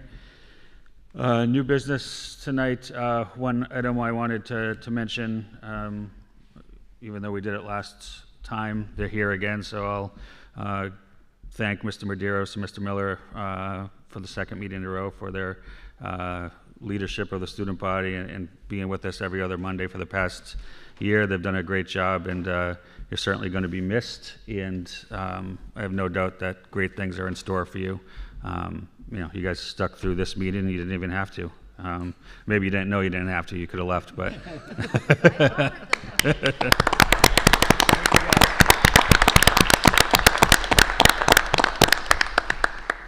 And thanks to Principal Campbell and the administration for putting on our spotlight event tonight. As I mentioned at the beginning, it's always a highlight to highlight all the great things that go on in our schools, and for the students who are going on to great things, to acknowledge teachers all the way back from elementary school to show that you know, really it starts in Attleboro Public Schools and kindergarten and pre-K and goes all the way through. And so to see that and to acknowledge that, I think is special for the district and hopefully for the community as a whole. So thank you. Any other new business from anyone tonight? All right, seeing none, I will entertain a motion to adjourn. So moved. Second. All in favor? Aye.